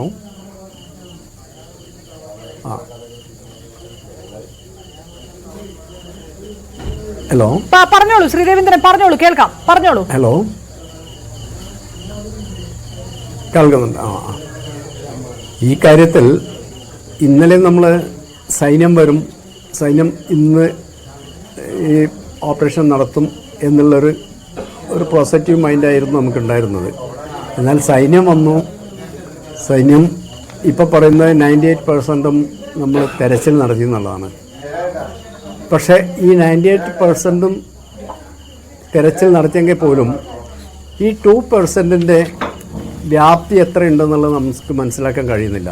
കാരണം അത്രയും ഉയരത്തിലുള്ളൊരു മലയാണത്. അപ്പോൾ ആ 2% എന്ന് പറയുന്നത് ഒരു വലിയ ഉരുൾപൊട്ടലിൻ്റെ സാധ്യതയുള്ള അത്രയും മണ്ണ് തന്നെ ഇനിയും ഏതെങ്കിലും ഭാഗങ്ങളിലേക്ക് ഉണ്ടായിക്കൂടാൻ സാധ്യതയില്ല എന്നുള്ളത് നമ്മൾ മനസ്സിലാക്കുന്നത്. 2% എന്ന് നമുക്ക് പറയുന്ന സമയത്ത് വളരെ കുറവായിരിക്കും. എന്നാൽ നമ്മൾ മനസ്സിലാക്കുന്നത് ഈ 2% എന്ന് പറയുന്നത് ടൺ ഓഫ് മണ്ണുകളുണ്ടാവും, ലോഡ് കണക്കിന്. അപ്പം ഈ ലോഡ് കണക്കിന് മണ്ണുണ്ടാകുന്ന സമയത്ത് അതിൽ നിന്ന് നമുക്ക് ഈ സാധനം ലോറി എവിടെയാണ് ഉള്ളതെന്നുള്ളത് മനസ്സിലാക്കണമെങ്കിൽ അതിൻ്റെ മേലെ മണ്ണ് കിടക്കുന്നുണ്ടെങ്കിലോ പിന്നെ മറ്റ് എന്തെങ്കിലും വിധത്തിലാണോ എങ്കിൽ എന്നോ അറിയണമെങ്കിൽ നമ്മുടെ റഡാറിൽ കഴിഞ്ഞ ദിവസം പറഞ്ഞത് ഇന്ന ഭാഗത്തുണ്ട് എന്നായിരുന്നു. ഇന്ന് ഉച്ചയ്ക്ക് പറഞ്ഞത് എന്തായിരുന്നു പറഞ്ഞിട്ടുണ്ടെങ്കിൽ നമ്മൾ ഈ മണ്ണ് പിന്നെ മണ്ണിൻ്റെ അടിയിൽ ഏകദേശം നമ്മൾ പോയിൻ്റ് ഔട്ട് ചെയ്തിട്ടുണ്ട്, ലോറി അവിടെ ഉണ്ട് എന്നുള്ളതൊക്കെ ആയിരുന്നു. ഇപ്പം പറയുന്നത് ഒരു 90% മണ്ണെടുത്തു കഴിഞ്ഞു, ഇനി അവിടെ വലിയ സ്കോപ്പില്ല എന്നുള്ള രൂപത്തിലാണ് പറയുന്നത്. എങ്കിൽ പോലും നമുക്കത് ഒരു വിശ്വാസയോഗ്യമല്ല. കാരണം കഴിഞ്ഞ ദിവസം പറഞ്ഞു പുഴയിൽ വണ്ടിയില്ല എന്നുള്ള രൂപത്തിലാണിരുന്നു കഴിഞ്ഞ ദിവസം പറഞ്ഞിരുന്നത്. ഇപ്പം ഈ മണ്ണിടിഞ്ഞ ഭാഗത്തും ഇല്ല, പുഴയിലും ഇല്ല എന്നുള്ള രൂപത്തിൽ വരാറുള്ള വലിയൊരു എന്താ അതിന് പറയേണ്ടത്? അല്ല, പുഴയിൽ പരിശോധനയുണ്ട്, പുഴയിൽ പരിശോധനയുണ്ട്. പുഴയിൽ ശ്രീ രവീന്ദ്രൻ, പുഴയിൽ പരിശോധന തള്ളിക്കളയുന്നില്ല, പുഴയിൽ പരിശോധന തുടരുമെന്നാണ് പറയുന്നത്. പക്ഷെ നിങ്ങളെ അടക്കം ഈ മൊബൈൽ ഫോൺ റിങ് ചെയ്തതടക്കം ഉള്ള കാര്യങ്ങൾ കൊണ്ട് നിങ്ങൾ വിശ്വസിക്കുന്നു. ഇപ്പൊ നേരത്തെ പറഞ്ഞതുപോലെ 2% എന്ന് പറയുമ്പോൾ നമ്മൾ വിചാരിക്കുന്ന 2% അത് ടൺസ് ഓഫ് മണ്ണാണ്. അപ്പോൾ ഇനിയും കരയിൽ പരിശോധന തുടരണമായിരുന്നു എന്ന് കുടുംബവും സുഹൃത്തുക്കളും ഇപ്പോഴും വിശ്വസിക്കുന്നുണ്ട് അല്ലേ? അതങ്ങനെ പരിശോധന നിർത്തരുതായിരുന്നു എന്ന് തന്നെയാണ് നിങ്ങൾ വിശ്വസിക്കുന്നത് ഇപ്പോഴും? ഇനിയും ഇപ്പോഴും നമ്മൾ വിശ്വസിക്കുന്നത് എന്താണെന്നുണ്ടെങ്കിൽ ഇനിയും 0 പോയിന്റിൽ വരുന്നവരെ കരയിലുള്ള മണ്ണ് മുഴുവൻ പരിശോധിച്ചിട്ട് അതില്ല എന്നുള്ള വ്യക്തമാക്കിയതിന് ശേഷം മാത്രമേ നമുക്കൊരു വിശ്വാസയോഗ്യമാവുള്ളൂ. കാരണം നമുക്ക് ഈ മൊബൈൽ ടവറിൽ കിട്ടിയതും മൊബൈൽ റിങ് ചെയ്തതും ഈ മറ്റേ വണ്ടിയുടെ GPS വർക്ക് ചെയ്തതും ഇതെല്ലാം വെച്ച് നമ്മൾ കണക്കൂട്ടുന്ന സമയത്ത് ആ സംഭവം അല്ലെങ്കിൽ ആ വണ്ടി ഉള്ളത് കരയിലാണെന്നുള്ള ഒരു വിശ്വാസത്തോടു കൂടിയാണല്ലോ നമ്മൾ ഇതുവരെ, ആ പ്രതീക്ഷയിലാണല്ലോ നമ്മൾ ഇതുവരെ നിന്നത്. ആ പ്രതീക്ഷയിൽ നിൽക്കുന്നിടത്തു നിന്ന് നമുക്ക് മറിച്ച് ചിന്തിക്കണമെങ്കിൽ അവിടെ പൂർണ്ണമായിട്ടും മണ്ണ് മാറ്റി അവർക്ക് തീർന്നു അല്ലെങ്കിൽ ഇനി അവിടെ വണ്ടി ഇല്ല എന്നുള്ള ഒരു തീർച്ചയായുള്ളൊരു വിവരം പറയാനോ അല്ലെങ്കിൽ അത് തീരുമാനിക്കാനോ അത് അനുമാനിക്കാനോ എനിക്കത് മനസ്സിലാവുന്നുണ്ട് ശ്രീ രവീന്ദ്രൻ. തീർച്ചയായിട്ടും എനിക്കത് മനസ്സിലാവുന്നു. അത് വല്ലാതെ ആശങ്കപ്പെടുത്തുന്ന കാര്യം. ഡിവൈഎസ്പി പ്രേം സദൻ ഇപ്പോൾ പറഞ്ഞ പോലെ കുടുംബവും സുഹൃത്തുക്കളുടെയും ആശങ്ക അവസാനിക്കുന്നില്ല. ഈ 2% മാത്രമാണ് എന്ന് പറയുന്നിടത്ത് എത്രയാണ് 2% എന്നുള്ള കണക്കൊക്കെ പുറത്തേക്ക് വരാൻ എത്രയോ സമയമെടുക്കും? ഇപ്പോഴും റഡാറിൽ വന്ന പരിശോധന, മൊബൈൽ ഫോൺ ഈ ആദ്യ ദിവസങ്ങളിൽ റിങ് ചെയ്തത്, ഇതെല്ലാം വെച്ച് നോക്കുമ്പോൾ ഇനിയും ആ പൂർണ്ണമായി മണ്ണ് 0% മണ്ണ് മാറ്റുന്നത് വരെ ആ പരിശോധന തുടരണമായിരുന്നു. ഞങ്ങൾ ഇതാ പ്രതീക്ഷിക്കുന്നത് അർജുൻ അവിടെ തന്നെ ഉണ്ട് എന്ന് കുടുംബവും സുഹൃത്തുക്കളും പറയുന്ന ഒരു സാഹചര്യമുണ്ട്. അവിടെ ഒരു വലിയ പാളിച്ച ഈ പരിശോധനയിൽ സംഭവിച്ചിട്ടുണ്ട് എന്ന് അവിടെ ഉള്ളവർക്ക് തോന്നുകയാണ്. അത് ആ ഒരു ആശങ്കയ്ക്ക് അടിസ്ഥാനമില്ല എന്നെങ്ങനെ പറയാൻ കഴിയും?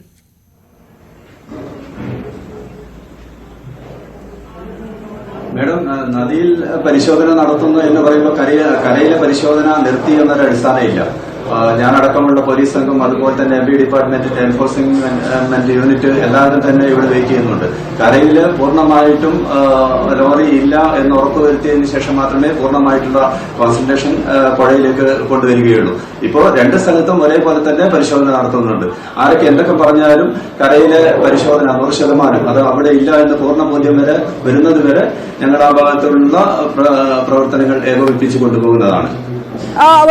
ശ്രീ പ്രേംസദൻ, കർണാടക മന്ത്രി പറഞ്ഞത് ഇനി അവിടെ മണ്ണ് മാറ്റുന്ന ഒരു സംവിധാനം കരയിലേക്ക് കാണുകയില്ല, ഇത് അതായത് കരയ്ക്കടിയിൽ ലോറി ഇല്ല എന്ന് അദ്ദേഹം സ്ഥിരീകരിക്കുകയുണ്ടായല്ലോ. അങ്ങനെ സ്ഥിരീകരിക്കുമ്പോൾ അതിനർത്ഥം മനസ്സിലാക്കേണ്ടത് ഇനി ആ പരിശോധന തുടരും, ആ നാമമാത്രമായിട്ടുള്ള മണ്ണ് മാറ്റുന്ന പരിശോധനയും തുടരുമെന്നാണോ? സ്വാഭാവികമായിട്ടും നമ്മളൊക്കെ റിപ്പോർട്ട് ചെയ്തിരിക്കുന്നത് ഇനി കരയിൽ പരിശോധന ഉണ്ടാവുകയില്ല, ആ തെരച്ചിൽ ഏതാണ്ട് നിർത്തിയിരിക്കുകയാണ് എന്നുള്ളൊരു സൂചനയാണല്ലോ ഇവിടെ വന്നത്. താങ്കൾ പറയുന്നത് ഇനി വരും മണിക്കൂറുകളിൽ നാളെ അടക്കം ആ പരിശോധന തുടരും എന്ന് തന്നെയാണോ?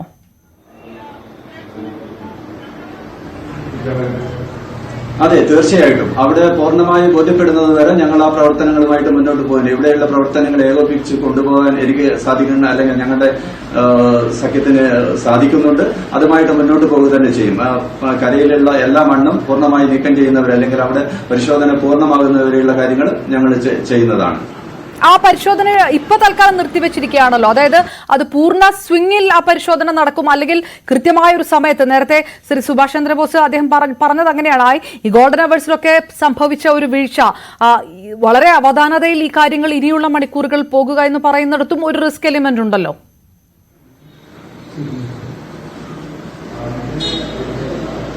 അതെ, ഇന്നലെയും ഇന്നുമായിട്ട് അത് പൂർണ്ണമായിട്ട് ഞങ്ങൾക്ക് ആ ഭാഗത്ത് പരിശോധിക്കാൻ സാധിച്ചിട്ടുണ്ട്. ഇനിയും കുറച്ചുകൂടി ഭാഗത്തേക്ക് പരിശോധന കൊണ്ടുപോകേണ്ടതുണ്ട്. അവിടെയുള്ള മണ്ണും മറ്റും നീക്കം ചെയ്യുന്നതിന് വേണ്ടിയിട്ട് ഹിറ്റാച്ചി അടക്കമുള്ള സാമഗ്രികളും അതുപോലെ തന്നെ ലോറികളും ഇന്ന് അവൈലബിൾ ആയിട്ടുണ്ട്.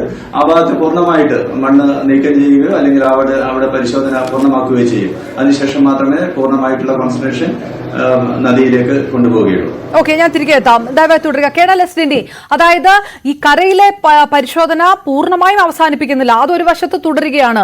അതായത് ഈ കുടുംബം ആവശ്യപ്പെടുന്നത് പോലെ ഇപ്പോഴും സാധ്യതയുണ്ട്, താങ്കൾ നേരത്തെ പറഞ്ഞതുപോലെ പൂർണ്ണമായും റൂൾ ഔട്ട് ചെയ്യാൻ കഴിയാത്ത ഒരു സാധ്യത. പക്ഷേ എത്രത്തോളം ഫുൾ സ്വിംഗിൽ ആ പരിശോധന ഇനിയുള്ള മണിക്കൂറുകൾ തുടരുമെന്നുള്ളൊരു ആശങ്ക സ്വാഭാവികമായിട്ടുണ്ടാകുമല്ലോ.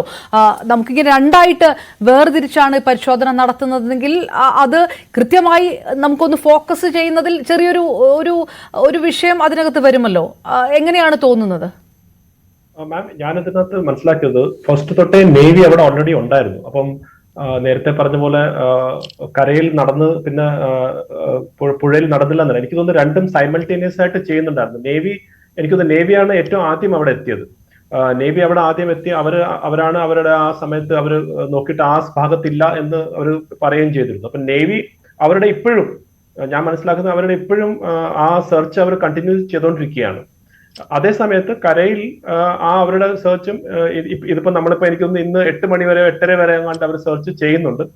രാത്രി അവിടെ ചെയ്യാനുള്ള ഒരു ബുദ്ധിമുട്ടുണ്ടെന്ന് വെച്ച് കഴിഞ്ഞാൽ ചിലപ്പോൾ വീണ്ടും ലാൻഡ് സ്ലൈഡ് ഉണ്ടാവാനുള്ള ഒരു സാധ്യതയുണ്ട്. കാരണം മഴയോ അങ്ങനെയൊക്കെ വന്നു കഴിഞ്ഞാൽ പകലാകുമ്പോൾ നമുക്ക് കാണാൻ പറ്റും, പക്ഷെ രാത്രിയാകുമ്പോൾ നമുക്ക് കാണാൻ പറ്റാത്തതുകൊണ്ട് അത് ഒരു കാരണം കൊണ്ട് മാത്രമാണ് അവരത് സ്റ്റോപ്പ് ചെയ്യുന്നത്. അപ്പം എനിക്ക് തോന്നുന്നു ഇതിപ്പോ 8:30 വരെ നിർത്തിയാൽ തന്നെ നാളെ വീണ്ടും അവർ കരയിലേക്കുള്ള സെർച്ച് കണ്ടിന്യൂ ചെയ്യും തന്നെയാണ് ഞാൻ മനസ്സിലാക്കിയിട്ടുള്ളത്. കാരണം കംപ്ലീറ്റ് ആയിട്ട് റൂൾ ഔട്ട് ചെയ്യാൻ പറ്റുന്ന ഒരു സ്റ്റേജിൽ എത്തിയിട്ട് മാത്രമേ അതൊരു കൺഫർമേഷൻ തരൂ, അതായത് ലാൻഡിൽ ഇല്ല എന്ന്. എനിക്ക് തോന്നുന്നില്ല ആ ഒരു സ്റ്റേജ് വരെ നമ്മൾ ഇതുവരെ എത്തിയില്ല എന്നാണ് ഞാൻ മനസ്സിലാക്കുന്നത് ഇതുവരെ.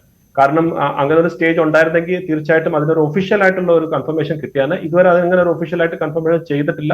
അതിന്റെ തന്നെ അർത്ഥം ഇപ്പോഴും ആ എഫേർട്ട് അവർ മുന്നോട്ട് കൊണ്ടുപോവുകയാണെന്ന് തന്നെയാണ്.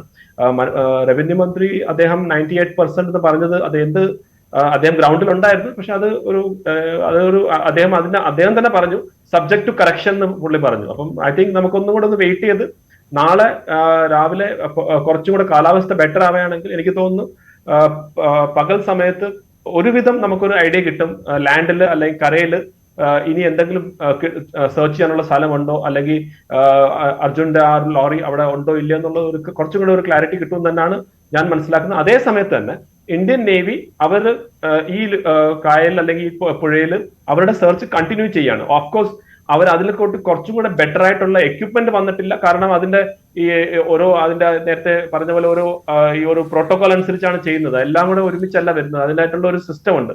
ആ സിസ്റ്റം അനുസരിച്ച് തന്നെയാണ് അവർ ഓപ്പറേറ്റ് ചെയ്യുന്നത്. അപ്പൊ ഇപ്പൊ എനിക്ക് തോന്നുന്നു നാളെയും കൂടെ ഒന്ന് നമ്മൾ നോക്കിയാൽ മാത്രമേ ഇതിന് കുറച്ചുകൂടെ ഒരു ക്ലാരിറ്റി വരുമെന്നാണ് ഞാൻ മനസ്സിലാക്കുന്നത്.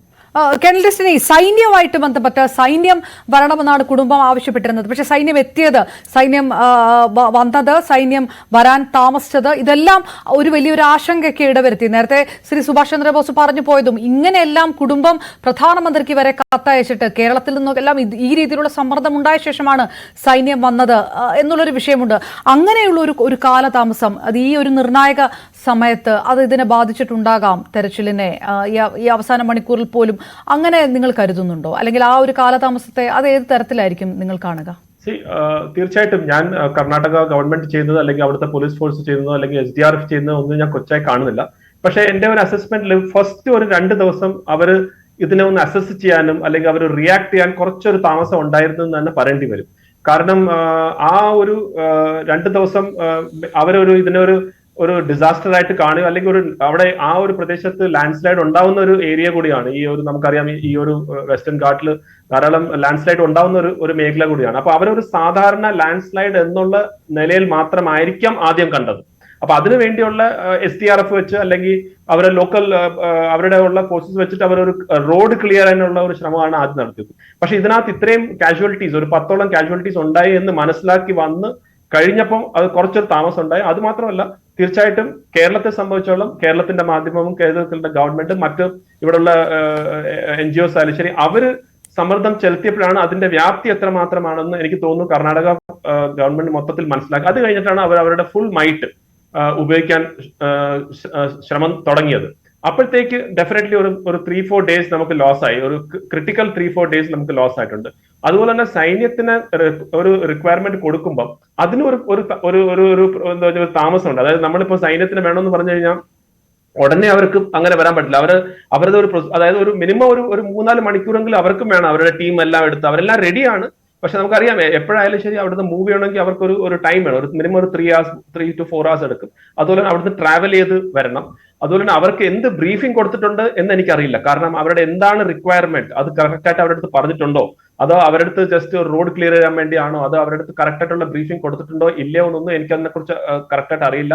എന്ത് എക്യുപ്മെന്റ് കൊണ്ടുവരണമായിരുന്നു എന്ന് അവരുടെ അടുത്ത് പറഞ്ഞിട്ടുണ്ടോ എന്ന് നമുക്ക് അതിനെ കുറിച്ച് ഇവിടെ ഇരുന്നിട്ട് പറയാൻ ബുദ്ധിമുട്ടാണ്. അപ്പൊ ഇതെല്ലാം കാരണമാണ് നമ്മൾ മനസ്സിലാക്കാനുള്ള ഈ ഒരു. അല്ല, ഞാൻ കേണൽ ഡെസ്റ്റി, അതായത് താങ്കൾ പറയുന്നത് അപ്പോഴും സൈന്യം വരുമ്പോഴും കൃത്യമായിട്ടുള്ള ഇൻസ്ട്രക്ഷൻസ് ഉണ്ടായിട്ടുണ്ടോ എന്ന കാര്യത്തിൽ താങ്കൾക്ക് പോലും സംശയമുണ്ട് എന്ന് പറയുന്നു. സ്വാഭാവികമായിട്ടും ഇപ്പോൾ നമ്മൾ ഈ ചർച്ചയിൽ തന്നെ പങ്കെടുക്കുന്ന ശ്രീ രവീന്ദ്രൻ അടക്കമുള്ളവർക്കുള്ള ആശങ്ക അതാണ്. കൃത്യമായ കാര്യങ്ങൾ അവിടെ നടക്കുന്നുണ്ടോ, ഇപ്പോഴും നടക്കുന്നുണ്ടോ എന്നുള്ളൊരു വിഷയമുണ്ട്. താങ്കൾക്ക് പോലും ഒരു ആശങ്കയുണ്ട്, ആ ഇൻസ്ട്രക്ഷൻസ് ആ രീതിയിലാണോ നടന്നിരിക്കുന്നത് എന്നുള്ളത്. ഡെഫിനറ്റ്ലി എനിക്ക് ആ ഒരു ഡൗട്ട്, അതായത് ഒരു ആശങ്കയുണ്ട്. കാരണം ശ്രീ പ്രേം സദൻ ഇപ്പോൾ നമ്മളെ ഓഫീസേഴ്സ് അവിടെ ഉണ്ട്, അവർക്ക് കുറച്ചുകൂടെ ബെറ്റർ ആയിട്ട് അറിയാം. ഇപ്പം എനിക്ക് തോന്നുന്നു കുറച്ചുകൂടെ ക്ലാരിറ്റി ഉണ്ട്, കുറച്ചുകൂടെ കോർഡിനേഷൻ നടക്കുന്നുണ്ട്. പക്ഷെ ഇതിന് മുൻപ് അവിടെ കോർഡിനേറ്റ് ചെയ്യാൻ അത് ആരാണ് കൺട്രോൾ ചെയ്യുന്നത്, അതിൽ എനിക്ക് തോന്നുന്നു അതൊരു ക്വസ്റ്റ്യൻ മാർക്കായിരുന്നു. എന്തൊക്കെ എക്യുപ്മെന്റ്, ഏതൊക്കെ ഏജൻസീസ് വരണമായിരുന്നു, അതിനൊരു ക്വസ്റ്റ്യൻ മാർക്ക് ഉണ്ടായിരുന്നു. അപ്പം തീർച്ചയായിട്ടും ഇങ്ങനെ ഒരു വിഷയം, ഇത്രയും ഒരു പ്രശ്നം ഉണ്ടായിരുന്നെങ്കിൽ 16-ാം തീയതി രാവിലെ തന്നെ അവർ ആർമിയെ റിക്വസിഷൻ ചെയ്തിരുന്നെങ്കിൽ 16-ാം തീയതി വൈകിട്ട് ഡെഫിനറ്റ്ലി അവിടെ എത്തിയാൻ, അല്ലെങ്കിൽ 17-ാം തീയതി രാവിലെ ഡെഫിനറ്റ് ആയിട്ട് എത്തിയാണ്. അപ്പം വിത്തിൻ 24 hours നമുക്ക് അവിടെ ആർമിയുടെ കാര്യങ്ങൾ, അതും എന്താണ് റിക്വയർമെന്റ് എന്ന് കറക്റ്റ് ആയിട്ട് പറഞ്ഞിരുന്നെങ്കിൽ, ഡീപ്പ് സെർച്ച് മെറ്റൽ ഡിറ്റക്ടേഴ്സ് വേണം, അല്ലെങ്കിൽ ഇങ്ങനെയാണ് 2-3 വണ്ടികൾ താഴെയാണ് അതിന് നമുക്ക് കാണാൻ പറ്റുന്നില്ല എന്നൊക്കെ ഉള്ള കറക്റ്റ് ആയിട്ടുള്ള അതായത് ഫസ്റ്റ് ഡേ തന്നെ ചെയ്തിരുന്നെങ്കിൽ പ്രോബ്ലി ആർമി അന്ന് നെക്സ്റ്റ് തന്നെ അവിടെ എത്തിയിരുന്നെങ്കിൽ എനിക്ക് തോന്നുന്നു അർജുന്റെ കുറച്ചും കൂടെ നമുക്ക് ഹോപ്പ് തരുന്ന ഒരു സിറ്റുവേഷൻ ആയിരുന്നേനെ. തീർച്ചയായും കേണൽ, ഞാൻ തിരികെ ശ്രീ രവീന്ദ്രൻ, അതായത് നിങ്ങൾ നേരത്തെ പറഞ്ഞതുപോലെ കുടുംബം ആവശ്യപ്പെട്ടതനുസരിച്ച് സൈന്യം വരുന്നു, അപ്പോഴും കൃത്യമായിട്ടുള്ള നിർദ്ദേശങ്ങൾ കൊടുക്കുന്നതിൽ അവിടെ വീഴ്ച ഉണ്ടായിട്ടുണ്ടോ, ആ ഒരു ആശങ്ക ഇപ്പോഴും ഉണ്ട്. ആ കൃത്യമായിട്ടുള്ള എക്യുപ്മെന്റ്സ് ആണോ സജ്ജമായിട്ടിരിക്കുന്നത് സേനകൾക്കൊക്കെ, അതെല്ലാം ഉണ്ടോ എന്നുള്ള കാര്യത്തിലൊക്കെ ഇപ്പോഴും ഒരു സംശയമുണ്ട്. അങ്ങനെയുള്ള ചില വിലയിരുത്തലുകൾ വരുമ്പോൾ ആ ആശങ്ക കുടുംബത്തിനും സുഹൃത്തുക്കൾക്കും ഈ നിമിഷത്തിലും ഉണ്ട്, അല്ലേ?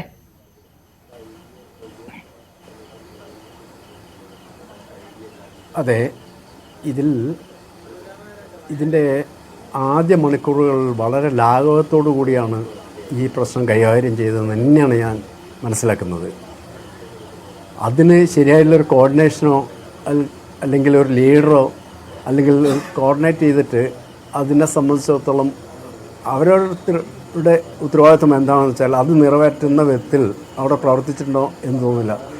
ശരിക്കും പറഞ്ഞെങ്കിൽ ആ ഒരു സൈറ്റാണെങ്കിൽ പോലും ആ സൂപ്പർവൈസിങ്ങിനുള്ള ആൾക്കാരുണ്ടാവും. ആ കോർഡിനേറ്റ് ചെയ്തിട്ട് ഇന്ന ആൾക്കാർ ഇന്ന പ്രവൃത്തി ചെയ്യണം, ഇന്ന ആൾക്ക് ഇന്നാണ് ഡ്യൂട്ടി എന്നുള്ള നിലയ്ക്ക് പോവുകയാണെങ്കിൽ ആർക്കും വ്യതിചലിക്കാൻ പറ്റില്ല.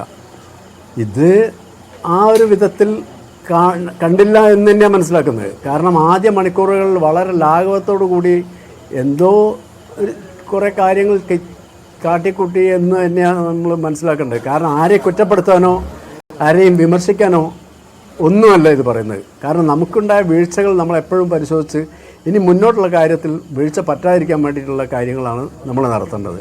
അങ്ങനെ വരുന്ന സമയത്ത് നമുക്ക് ഇപ്പോഴവിടെയുള്ള എക്യുപ്മെൻറ്റ്സ് മതിയോ, ഇനി ആധുനികമായിട്ടുള്ള എക്യുപ്മെൻറ്റ്സ് എന്തൊക്കെയാണ് വേണ്ടത്, ഇത് കൂടാതെ കണ്ട് അതാത് സമയങ്ങളിൽ കൊണ്ടുവരുന്നതിന് പകരം നമ്മളിപ്പം കരയിലുള്ള ഇത് ഈ രക്ഷാദൗത്യം നടത്തുന്നതിനോടൊപ്പം തന്നെ വെള്ളത്തിലേക്കുള്ള രക്ഷാദൗത്യം നടത്താൻ വേണ്ടിയിട്ടുള്ള എക്യുപ്മെൻറ്റ്സ്, അതിൽ ടഗ് അങ്ങനെയുള്ള കാര്യങ്ങൾ, അതിലേക്കുള്ള സാമഗ്രികൾ, റഡാറ്, ഇങ്ങനെയുള്ള കാര്യങ്ങളും അതിപ്പോൾ സീസൈഡിൽ നിന്ന് ഒരു 15 കിലോമീറ്റർ വിട്ടിട്ടാണെന്നാണ് പറയുന്നത്. അങ്ങനെയാണെങ്കിൽ ആ സീസൈഡ് വരെയുള്ള ബോട്ടം വരെയുള്ള A to Z അവർ പരിശോധിക്കട്ടെ, പരിശോധിച്ചിട്ട് ഏതെങ്കിലും ഭാഗത്തുണ്ടോ എന്നുള്ളത്. പിന്നെ നമ്മൾ വെയിറ്റുള്ളൊരു ലോഡാണ് അല്ലെ വെയിറ്റുള്ളതാണെന്ന് പറയുന്നത് നേരെ ഓപ്പോസിറ്റാണ് ഞാൻ മനസ്സിലാക്കുന്നത്. കാരണം വെയിറ്റ് കുറഞ്ഞിട്ടുള്ളൊരു ലോഡായിട്ടാണ് വരിക. കാരണം ഈ തടി ആയതുകൊണ്ട് വെള്ളത്തിലെത്തുകയാണെങ്കിൽ ആ തടിക്ക് ഭാരം കുറയാണ് ചെയ്യുക, പൊങ്ങിപ്പോകാൻ കൂടുതൽ സാധ്യതയാണ് ഉണ്ടാവുക. അപ്പോൾ തന്നെ അതുകൊണ്ട് തന്നെയാണ് നമ്മൾ പറയുന്നത് കരയിൽ ആവാനുള്ള സാധ്യതയാണ് 100% എന്നുള്ളത് നമ്മൾ പറയുന്നത്. അതിൽ നമുക്ക് കിട്ടിയ ഒരു പ്രതീക്ഷ എന്താണെന്നുണ്ടെങ്കിൽ റഡാറും ഫോൺ വർക്ക് ചെയ്തും എല്ലാം നമുക്ക് അതിനുള്ള ഒരു സൂചനയായിട്ടാണ് നമ്മൾ മനസ്സിലാക്കിയത്. ഇനി മറിച്ചാണെന്നുണ്ടെങ്കിൽ അതിനുള്ള സജ്ജീകരണങ്ങൾ ഇപ്പോഴേ ചെയ്യണം. നമ്മൾ ഒന്ന് കഴിഞ്ഞതിന് ശേഷം ഒന്ന് കൊണ്ടുവരാം എന്നുള്ളതിലേക്ക് എത്തരുത്. നമ്മളിതൊരു വളരെ വ്യത്യസ്തമായിട്ടുള്ളൊരു രൂപത്തിൽ കാണണം. കാരണം കരയിലും കടലിലും പോലും പരിശോധിക്കാൻ പറ്റുന്ന വിധത്തിലുള്ള സാമഗ്രികൾ അല്ലെങ്കിൽ പുതിയ എക്യുപ്മെൻറ്റ്സ്, ആധുനികമായിട്ടുള്ള സജ്ജീകരണങ്ങളുള്ള മെഷീനറികൾ, ഇതെല്ലാം കൊണ്ടുവന്നിട്ട് റഡാർ സൗകര്യങ്ങൾ, ഇങ്ങനെയുള്ള എല്ലാം കൊണ്ടുവന്നിട്ട് നമ്മളവിടെ പരിശോധിച്ചാൽ മാത്രമേ നമുക്കൊരു സാറ്റിസ്ഫാക്ഷൻ ഉള്ളൂ. അതല്ലാതെ കണ്ടിട്ട് നമ്മളിപ്പോൾ കാണുന്ന ഈ വിധത്തിൽ 98% കഴിഞ്ഞു, പൂർണ്ണമായോ എന്ന് ചോദിച്ചാൽ അതിന് ഉത്തരമില്ല, അല്ല അതിന് മറുപടിയില്ല. ആ വിധത്തിൽ നമ്മൾ കാര്യങ്ങൾ മുന്നോട്ട് പോയി കണ്ട ഇനി എത്ര ദിവസം നമ്മൾ കാത്തു നിൽക്കണം എന്നാണ് ആർക്കെങ്കിലും പറയാൻ പറ്റുമോ? ഇത്ര ദിവസം കൊണ്ട് ഞങ്ങളുടെ ദൗത്യം തീർക്കും, അതിന് മുന്നിൽ ഞങ്ങൾ എന്തായാലും കണ്ടെത്തും എന്നുള്ളൊരു ഇച്ഛാശക്തിയോട് കൂടി പറയാൻ പറ്റിയൊരു ഓഫീസർമാരുണ്ടാവണം അവിടെ. തീർച്ചയായിട്ടും ശ്രീ രവീന്ദ്രൻ, എനിക്കത് മനസ്സിലാകുന്നു ആണെന്നുള്ളതല്ലേ നമ്മൾ കാണുന്നത്. തീർച്ചയായിട്ടും ശ്രീ പ്രേംസദൻ, താങ്കളെ പോലെയുള്ള ഉദ്യോഗസ്ഥർ കേരളത്തെ പ്രതിനിധീകരിച്ച് അവിടെയുണ്ട്. അതുകൊണ്ടൊക്കെ കൂടിയാണ് ഇതിന്റെ കാര്യങ്ങളൊക്കെ കൂടുതൽ കാര്യക്ഷമമായി നടക്കുന്നത് തന്നെയാണ് കേരളം വിശ്വസിക്കുന്നത്. അപ്പോഴും ഈ എത്ര ദിവസം കൊണ്ട് ഈ ദൗത്യം തീർക്കും, എപ്പോഴാണ് ഈ വിവരം അറിയുക, ഈ പരിശോധന പൂർണ്ണമായി അവസാനിച്ചോ അല്ലെങ്കിൽ ഒരു വശത്ത് തുടരുകയാണോ, ഇതൊന്നും സംബന്ധിച്ച് കൃത്യമായ ആർക്കും പറയാൻ കഴിയാത്തൊരു സാഹചര്യമൊക്കെയാണ്. അപ്പോഴാണ് കേണൽ എസ് ഡിനി പറയുന്നത് പോലെ സേനകളെ കൃത്യമായിട്ട് വിന്യസിച്ചിട്ടുണ്ടോ, അവർക്ക് കൃത്യമായിട്ടുള്ള എക്യുപ്മെന്റുകളുണ്ടോ എന്നുള്ള കോർഡിനേഷനൊക്കെ പൂർണ്ണമാണോ എന്നുള്ളൊരു ചോദ്യം പോലും ഉയരുന്നത്. നിങ്ങൾ അവിടെ നിൽക്കുമ്പോൾ പോലും നിങ്ങൾക്കും കൃത്യമായിട്ട് അറിയാമായിരിക്കുമല്ലോ, കേരളത്തിലായിരുന്നു ഇങ്ങനൊരു അപകടം നടന്നതെങ്കിൽ ഇത്രയും ദിവസം ഈ അനിശ്ചിതാവസ്ഥയിൽ ഈ ആശങ്കയിൽ കാര്യങ്ങൾ നീണ്ടുപോകുമായിരുന്നില്ല എന്നുള്ളൊരു വിലയിരുത്തൽ എല്ലാ ഭാഗത്തു നിന്നും ഉയരുന്നുണ്ട്. അത് സമ്മതിക്കേണ്ടതായി വരുന്നില്ലേ?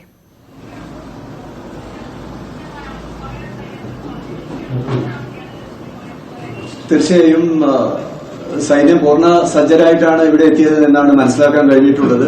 നാളെ ഏർലി മോർണിംഗ് തന്നെ ഞങ്ങളുടെ പ്രവർത്തനങ്ങളുമായിട്ട് മുന്നോട്ട് പോകും. ആ കരയിലെ ഭാഗത്ത് പൂർണ്ണമായിട്ടും പരിശോധന നടത്തുന്നതാണ്. അതിലെന്തെങ്കിലും വീഴ്ചയുണ്ടായിട്ടുണ്ട് എന്ന് ഞങ്ങൾ തോന്നുന്നു. 18-ാം തീയതി ഞങ്ങൾ ഇവിടെ എത്തിയതാണ്. അതിനുശേഷം പൂർണ്ണ സജ്ജരായിട്ട് തന്നെ എല്ലാ കാര്യങ്ങളും ചെയ്തിട്ടുണ്ട്. ഈ പറയുന്നത് പോലെ ഒരുപാട് ബുദ്ധിമുട്ടുകൾ ഉണ്ടായിട്ടുണ്ട്. അതായത് ഇപ്പോൾ നേരുറവ വന്നുകൊണ്ടിരിക്കുന്ന ഒരു മലയായിട്ടാണ് കാണുന്നത്. അപ്പൊ അവിടുന്ന് ഏത് സമയത്തും ലാൻഡ് സ്ലൈഡ് ഉണ്ടാവാനുള്ള സാധ്യതയുണ്ട്. അതുകൂടി നമ്മൾ പരിശോധിക്കേണ്ടതുണ്ട്. ശക്തമായ മഴക്കാലമാണ്, ഇവിടെ ശക്തമായ മഴയുണ്ട്. അപ്പൊ അതിന്റെ ഒരുപാട് പ്രതിസന്ധികൾ അതിന്റെ ഇടയിലുണ്ട്. അതിനൊക്കെ കവച്ചു വെച്ചുകൊണ്ടാണ് ഞങ്ങളുടെ പ്രവർത്തനങ്ങൾ മുന്നോട്ട് പോകുന്നത്. എന്തായാലും നാളത്തോടുകൂടി കരയിലെ മണ്ണ് പൂർണ്ണമായിട്ടും നീക്കം ചെയ്യാൻ കഴിയും എന്ന് ഉറപ്പുണ്ട്. വളരെയധികം നന്ദി ശ്രീ പ്രേംസദൻ നമുക്കൊപ്പം ചേർന്നതിന്. ഏതായാലും അവിടെ നിന്ന് നൽകുന്ന വിവരം ആ തരത്തിലാണ്. നാളെയോടുകൂടി കരയിലെ മണ്ണ് പൂർണ്ണമായി നീക്കം ചെയ്യുന്നുള്ളൂ. കേണൽ എസ് ഡിനി, അതായത് ഈ പറഞ്ഞ പോലെ വിമർശനങ്ങൾ ഉയരുമ്പോഴും പ്രകൃതി മോശം ഒരവസ്ഥയിലാണ് നിൽക്കുന്നത്. ലാൻഡ്സ്ലൈഡ് വീണ്ടും ഉണ്ടാകാനുള്ള ഒരു സാധ്യത, മഴ തുടരുന്ന ഒരു സാഹചര്യം. അതുകൊണ്ട് തന്നെ പരിശോധനയെ ആ ഒരു വെല്ലുവിളി അവിടെ തുടരുന്ന ഒരു സാഹചര്യമുണ്ട്. നാളെ ഉച്ചയോടുകൂടി അങ്ങനെ ഒരു കരയിലുള്ള പരിശോധന പൂർണ്ണമാക്കുക എന്ന് പറയുമ്പോൾ ഇനിയുള്ള ബാക്കിയുള്ള ഫോക്കസ് മുഴുവൻ നദിയിലേക്ക്, അത് കടലിൽ കൂടി പരിശോധിക്കുന്ന രീതിയിലേക്കുള്ള സജ്ജീകരണങ്ങൾ, അത് എത്രത്തോളം ചാലഞ്ചിങ് ആയി മാറുന്നു? എങ്ങനെയാണ് ആ പരിശോധനകളൊക്കെ എങ്ങനെയാണ് സാധാരണ ജനം മനസ്സിലാക്കേണ്ടത്? തീർച്ചയായിട്ടും നമ്മൾ ഫസ്റ്റ് നാളെ ഈ ഒരു കരയിൽ ഈ അർജുന്റെ ട്രക്ക് ഇല്ല എന്ന് കൺഫർമേഷൻ കിട്ടിയിട്ട് മാത്രമായിരിക്കും എനിക്ക് തോന്നുന്നു സെക്കൻഡ് ഫേസ് ഓഫ് ഓപ്പറേഷൻ അല്ലെങ്കിൽ ഓപ്പറേഷന്റെ അടുത്ത ഭാഗമായിട്ട് നമുക്ക് കണക്കാം. അതായത് പൂർണ്ണമായിട്ട് നദിയിലേക്ക് മാത്രം കോൺസെൻട്രേറ്റ് ചെയ്യുന്നതായിരിക്കും മൂവ്മെന്റ് നടക്കുന്നത്. അപ്പം നമ്മളിപ്പോ കാണുന്ന ഫോക്കസ് ലാൻഡിലാണ് അല്ലെങ്കിൽ കരയിലാണെങ്കിൽ അത് മൊത്തത്തിൽ നദിയിലേക്ക് മാറും. ആ നദിയിലേക്ക് തന്നെ നോക്കുകയാണെങ്കിൽ നദിയിൽ നിന്ന് കടലിന്റെ ആ ഒരു ഭാഗം വരെ കംപ്ലീറ്റ് ആയിട്ട് ഏരിയ സെർച്ച് ചെയ്യേണ്ടി വരും. അപ്പൊ അതിന് ഞാൻ നേരത്തെ പറഞ്ഞ പോലെ ഇന്ത്യൻ നേവിയെ സംബന്ധിച്ചോളം അവർക്ക് അതിന്റെ എക്യുപ്മെന്റ് ഉണ്ട്. അതിന് അവരുടെ ആ ഒരു പ്രൊസീജിയർ അനുസരിച്ച് അവർ വരികയും അത് ആദ്യം അത് എവിടാണെന്നുള്ള ഐഡന്റിഫിക്കേഷൻ വേണം. അപ്പൊ ഞാൻ മനസ്സിലാക്കുന്ന 3 ട്രക്കുകളാണ് ഉള്ളത്. 2 എനിക്കൊന്ന് സിലിണ്ടർ ഉള്ള പോലത്തെ ട്രക്സും മറ്റേത് ഈ അർജുന്റെ ട്രക്കുമാണ്. അപ്പൊ 3 ട്രക്കുണ്ട്. അപ്പൊ അതിനകത്ത് ഒരെണ്ണം മാത്രമേ ഉള്ളൂ ആ ബലൂൺ പോലത്തെ സാധനം കിട്ടിയിട്ടുള്ളത്. ബാക്കി 3 ട്രക്കിന്റെയും ബോഡി ഇതുവരെ കിട്ടിയിട്ടില്ല. അപ്പൊ ആ 3 ട്രക്കും അതിനകത്ത് ഉണ്ടെങ്കിൽ അത് എവിടാണെന്ന് കണ്ടെത്തുകയും അതിനകത്ത് അർജുന്റെ ട്രക്ക് എവിടാണെന്ന് കണ്ടെത്തുകയും അപ്പൊ അങ്ങനെ കണ്ടെത്തി കഴിഞ്ഞിട്ട് നെക്സ്റ്റ് ഫേസ് ആണ് ഇതിനെ റിട്രീവ് ചെയ്യുക, ഇതിനെ എങ്ങനെ പുറത്ത് കൊണ്ടുവരും എന്നുള്ളത്. അപ്പൊ അതിനു വേണ്ടിയുള്ള പിന്നെ നെക്സ്റ്റ് സെറ്റ് ഓഫ് എക്യുപ്മെന്റ്സും മറ്റു കാര്യങ്ങളും വരും. അപ്പൊ തീർച്ചയായിട്ടും നാളത്തോടെ നമുക്ക് ഒരു കൺഫർമേഷൻ അറ്റ്ലീസ്റ്റ് കിട്ടും എന്നാണ് വിചാരിക്കുന്നത്. അതിന്റെ മഴ വലിയ രീതിയിലേക്ക് നമ്മുടെ ഈ ഓപ്പറേഷനെ ബാധിച്ചില്ലെങ്കിൽ, കാരണം നേരത്തെ പറഞ്ഞ പോലെ ഡിവൈഎസ്പി പറഞ്ഞ പോലെ അവിടെ മഴ വലിയൊരു ഫാക്ടറാണ്, കാലാവസ്ഥ വലിയൊരു ഫാക്ടറാണ്. ആ മഴ കാരണമാണ് പലപ്പോഴും അവിടെ ഈ സെർച്ച് ചെയ്യാൻ പോകുന്നവർക്കും അവിടെ നിൽക്കാൻ പറ്റാത്തത്. കാരണം ഏത് നേരവും ഏത് നിമിഷം വേണമെങ്കിലും വീണ്ടും ഒരു ലാൻഡ് സ്ലൈഡ് ഉണ്ടാവാൻ ഒരു ചാൻസ് ഉണ്ട്. അപ്പൊ അതുകൊണ്ട് കൂടി ഈ ഒരു ഓപ്പറേഷൻ ഇത്ര ദീർഘിച്ചു എന്ന് വേണമെങ്കിൽ നമുക്ക് പറയാം. അപ്പൊ തീർച്ചയായിട്ടും എനിക്ക് തോന്നുന്നു മാഡം നാളത്തെ ഒരു ദിവസം ക്രൂഷ്യലാണ്. ആ നാളത്തെ ദിവസം കൊണ്ട് കരയിലെ ഈ ഓപ്പറേഷന് ഒരു ക്ലാരിറ്റി അല്ലെങ്കിൽ ഒരു ഫൈനാലിറ്റി എന്ന് വേണമെങ്കിൽ നമുക്ക് പറയാം. തീർച്ച, അതായത് ഇവിടെ ഉണ്ട് അല്ലെങ്കിൽ ഇല്ല എന്നുള്ള ഒരു അറിവ് നമുക്ക് കിട്ടും തന്നെയാണ് എന്റെ പ്രതീക്ഷ. പക്ഷെ നദിയിലേക്ക് ഇനിയും മണിക്കൂറുകൾ എടുക്കും. അത് ഈ പറഞ്ഞ പോലെ വലിയ മണൽക്കൂടലുകൾ ഉള്ളത് കൊണ്ട് അവിടെ ഉണ്ടോ ഇല്ലയോ എന്നറിയാൻ ഇനി ഏതെങ്കിലും സാഹചര്യത്തിൽ അത് കടലിലേക്ക് കൂടി വ്യാപിക്കേണ്ട ഒരു ഘട്ടത്തിലേക്കാണ് പോകുന്നതെങ്കിൽ വീണ്ടും കൂടുതൽ സേനയെ സജ്ജമാക്കേണ്ട ഒരു സാഹചര്യത്തിലേക്ക് കടക്കും. അതെ, തീർച്ചയായിട്ടും. ഞാൻ മനസ്സിലാക്കുന്നത് ഇപ്പം മാം, അതായത് പുഴയിൽ ഓൾറെഡി സെർച്ച് നടക്കുന്നുണ്ട് നേവിയുടെ. പക്ഷെ അത് ഫൈനലായിട്ട് അവിടെ തന്നെ ആണ് എന്ന് കൺഫേം ആയി കഴിഞ്ഞാൽ എനിക്കൊന്ന് നേവിയുടെ അടുത്ത സെറ്റ് ഓഫ് എക്യുപ്മെന്റ്സ് തീർച്ചയായിട്ടും അവർ കൊണ്ടുവരും.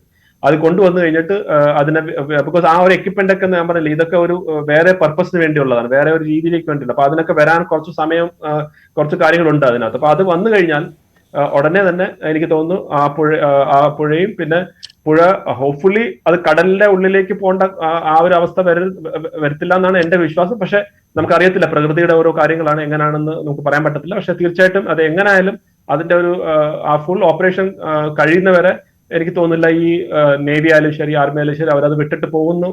അങ്ങനല്ല, അത് അവർക്ക് കംപ്ലീറ്റ് ചെയ്തിട്ട് മാത്രമേ അവർ പോകത്തുള്ളൂ. Okay, right. ശ്രീ രവീന്ദ്രൻ, അതായത് എല്ലാ തരത്തിലും ആദ്യഘട്ടത്തിൽ ഉണ്ടായ ഒരു വീഴ്ച അങ്ങനെ നിൽക്കുകയാണെങ്കിൽ പോലും ഇനി സുസജ്ജമാണ്, ഈ മണിക്കൂറുകളിലെല്ലാം സുസജ്ജമാണ്. പരിപൂർണമായിട്ട് കര പരിശോധിച്ച ശേഷമേ അത് അവസാനിപ്പിക്കുകയുള്ളൂ. നദിയിൽ പൂർണ്ണമായിട്ടുള്ള പരിശോധന, ഇനി അത് കടലിലേക്ക് വ്യാപിപ്പിക്കാനുണ്ടെങ്കിൽ ആ തരത്തിലുള്ള പരിശോധന, അതിൽ ഒരു വീഴ്ചയും ഉണ്ടാകില്ല എന്നൊരു ആത്മവിശ്വാസം മുൻ കമാൻഡിംഗ് ഓഫീസറായ ശ്രീ കേണൽ എസ് ഡിനിയെ പോലുള്ളവർക്കുമുണ്ട്. അതിപ്പോഴും ഒരു പ്രതീക്ഷ ബാക്കി തരുന്നുണ്ട് താങ്കൾക്കടക്കം, അല്ലേ?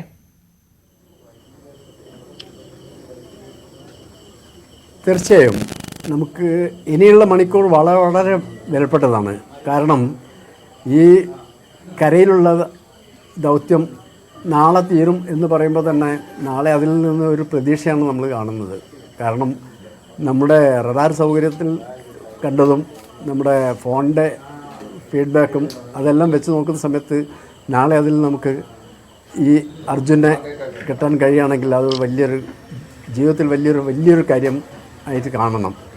പിന്നെ എനിവേ അതല്ലാത്ത ആണ് സംഭവിക്കുന്നത് ഉണ്ടെങ്കിൽ കടലിലടക്കം ഏത് വിധത്തിലാണ് ചെയ്യേണ്ടത്, കടലിലടക്കം ഉള്ള തിരച്ചിൽ നടത്തുന്നതിനുള്ള എക്യുപ്മെൻറ്റ്സ് ഉള്ള സജ്ജീകരണം ഇപ്പോഴേ വേണം എന്നുള്ളതാണ് നമുക്ക് പറയാനുള്ളത്. കാരണം ഇത് കഴിഞ്ഞ് അതിന് ശേഷം അത് കൊണ്ടുവരാനുള്ള ടൈം എടുത്ത് അതിങ്ങനെ ടാഗ് ചെയ്ത് പോകുന്ന ആ ഒരു സ്വഭാവം ഇനിയുള്ള റെസ്ക്യൂവിലുണ്ടാകാൻ പാടില്ല എന്നുള്ളൊരു ഒരു കാഴ്ചപ്പാടാണ് നമുക്കുള്ളത്. അതാണ് നമുക്ക് ഈ അവസരത്തിൽ നിർദ്ദേശിക്കാനുള്ളത്. കാരണം ആ വിധത്തിൽ തന്നെ പറയേണ്ടി വരുന്നു. കാരണം നമ്മൾ മനസ്സിലാക്കിയത് എന്താ പറഞ്ഞിട്ടുണ്ടെങ്കിൽ ഈ കോർഡിനേഷൻ ഇല്ലാത്ത രൂപത്തിലാണ് ഇത് കഴിഞ്ഞ ആദ്യ മണിക്കൂറുകളിൽ ഉണ്ടായിരുന്നത്. ഇനി ആ ഒരു വീഴ്ച പറ്റരുത്, ഇനി ഒരു വീഴ്ച ഇല്ലാത്ത വിധത്തിലുള്ള ഒരു റെസ്ക്യൂ നടക്കണം എന്ന് മാത്രമാണ് പറയാനുള്ളത്. അതിൽ നിന്ന് നമുക്ക് അർജുനെയും ഈ വണ്ടിയും വീണ്ടും കിട്ടട്ടെ എന്ന് ആശംസിക്കുന്നു. തീർച്ചയായിട്ടും ആ പ്രതീക്ഷ തന്നെയാണ് കേരളത്തിന് മുഴുവനും ഉള്ളത്. എത്രയോ ദിവസങ്ങളായി അർജുനന് വേണ്ടി പ്രാർത്ഥിക്കുകയാണ്. ഗംഗാവലി പുഴയിലേക്ക് ഉറ്റുനോക്കുന്നു. ഇനിയുള്ള മണിക്കൂറുകൾ ഏറെ നിർണായകം. അപ്പോഴും ഈ ആദ്യ മണിക്കൂറുകളിൽ ആദ്യ ദിവസങ്ങളിലുണ്ടായ വീഴ്ച അത് വലിയൊരു വീഴ്ചയായി തന്നെ നിലനിൽക്കുകയും ചെയ്യുകയാണ്. ഇപ്പോൾ അതിനെക്കുറിച്ച് ചർച്ച ചെയ്യേണ്ട ഒരു സാഹചര്യമല്ല എങ്കിൽ പോലും ആ ഒരു വീഴ്ച ഇനിയുള്ള മണിക്കൂറുകളിൽ ഉണ്ടാകരുത് എന്നുള്ള കൃത്യമായിട്ടുള്ള ഉറപ്പ് വരുത്തണമെന്ന് ഓരോ മലയാളിയും ആഗ്രഹിക്കുകയും ചെയ്യുന്ന സമയം കൂടിയാണ്. ഏതായാലും വളരെയധികം നന്ദി ശ്രീ രവീന്ദ്രൻ, ശ്രീ കേണൽ എസ് ഡിന്നി, ഒപ്പം സുഭാഷ് ചന്ദ്രബോസ്, ശ്രീ പ്രേം സദൻ പ്രൈം ഡിബേറ്റിനൊപ്പം പൂർണ്ണമാകും.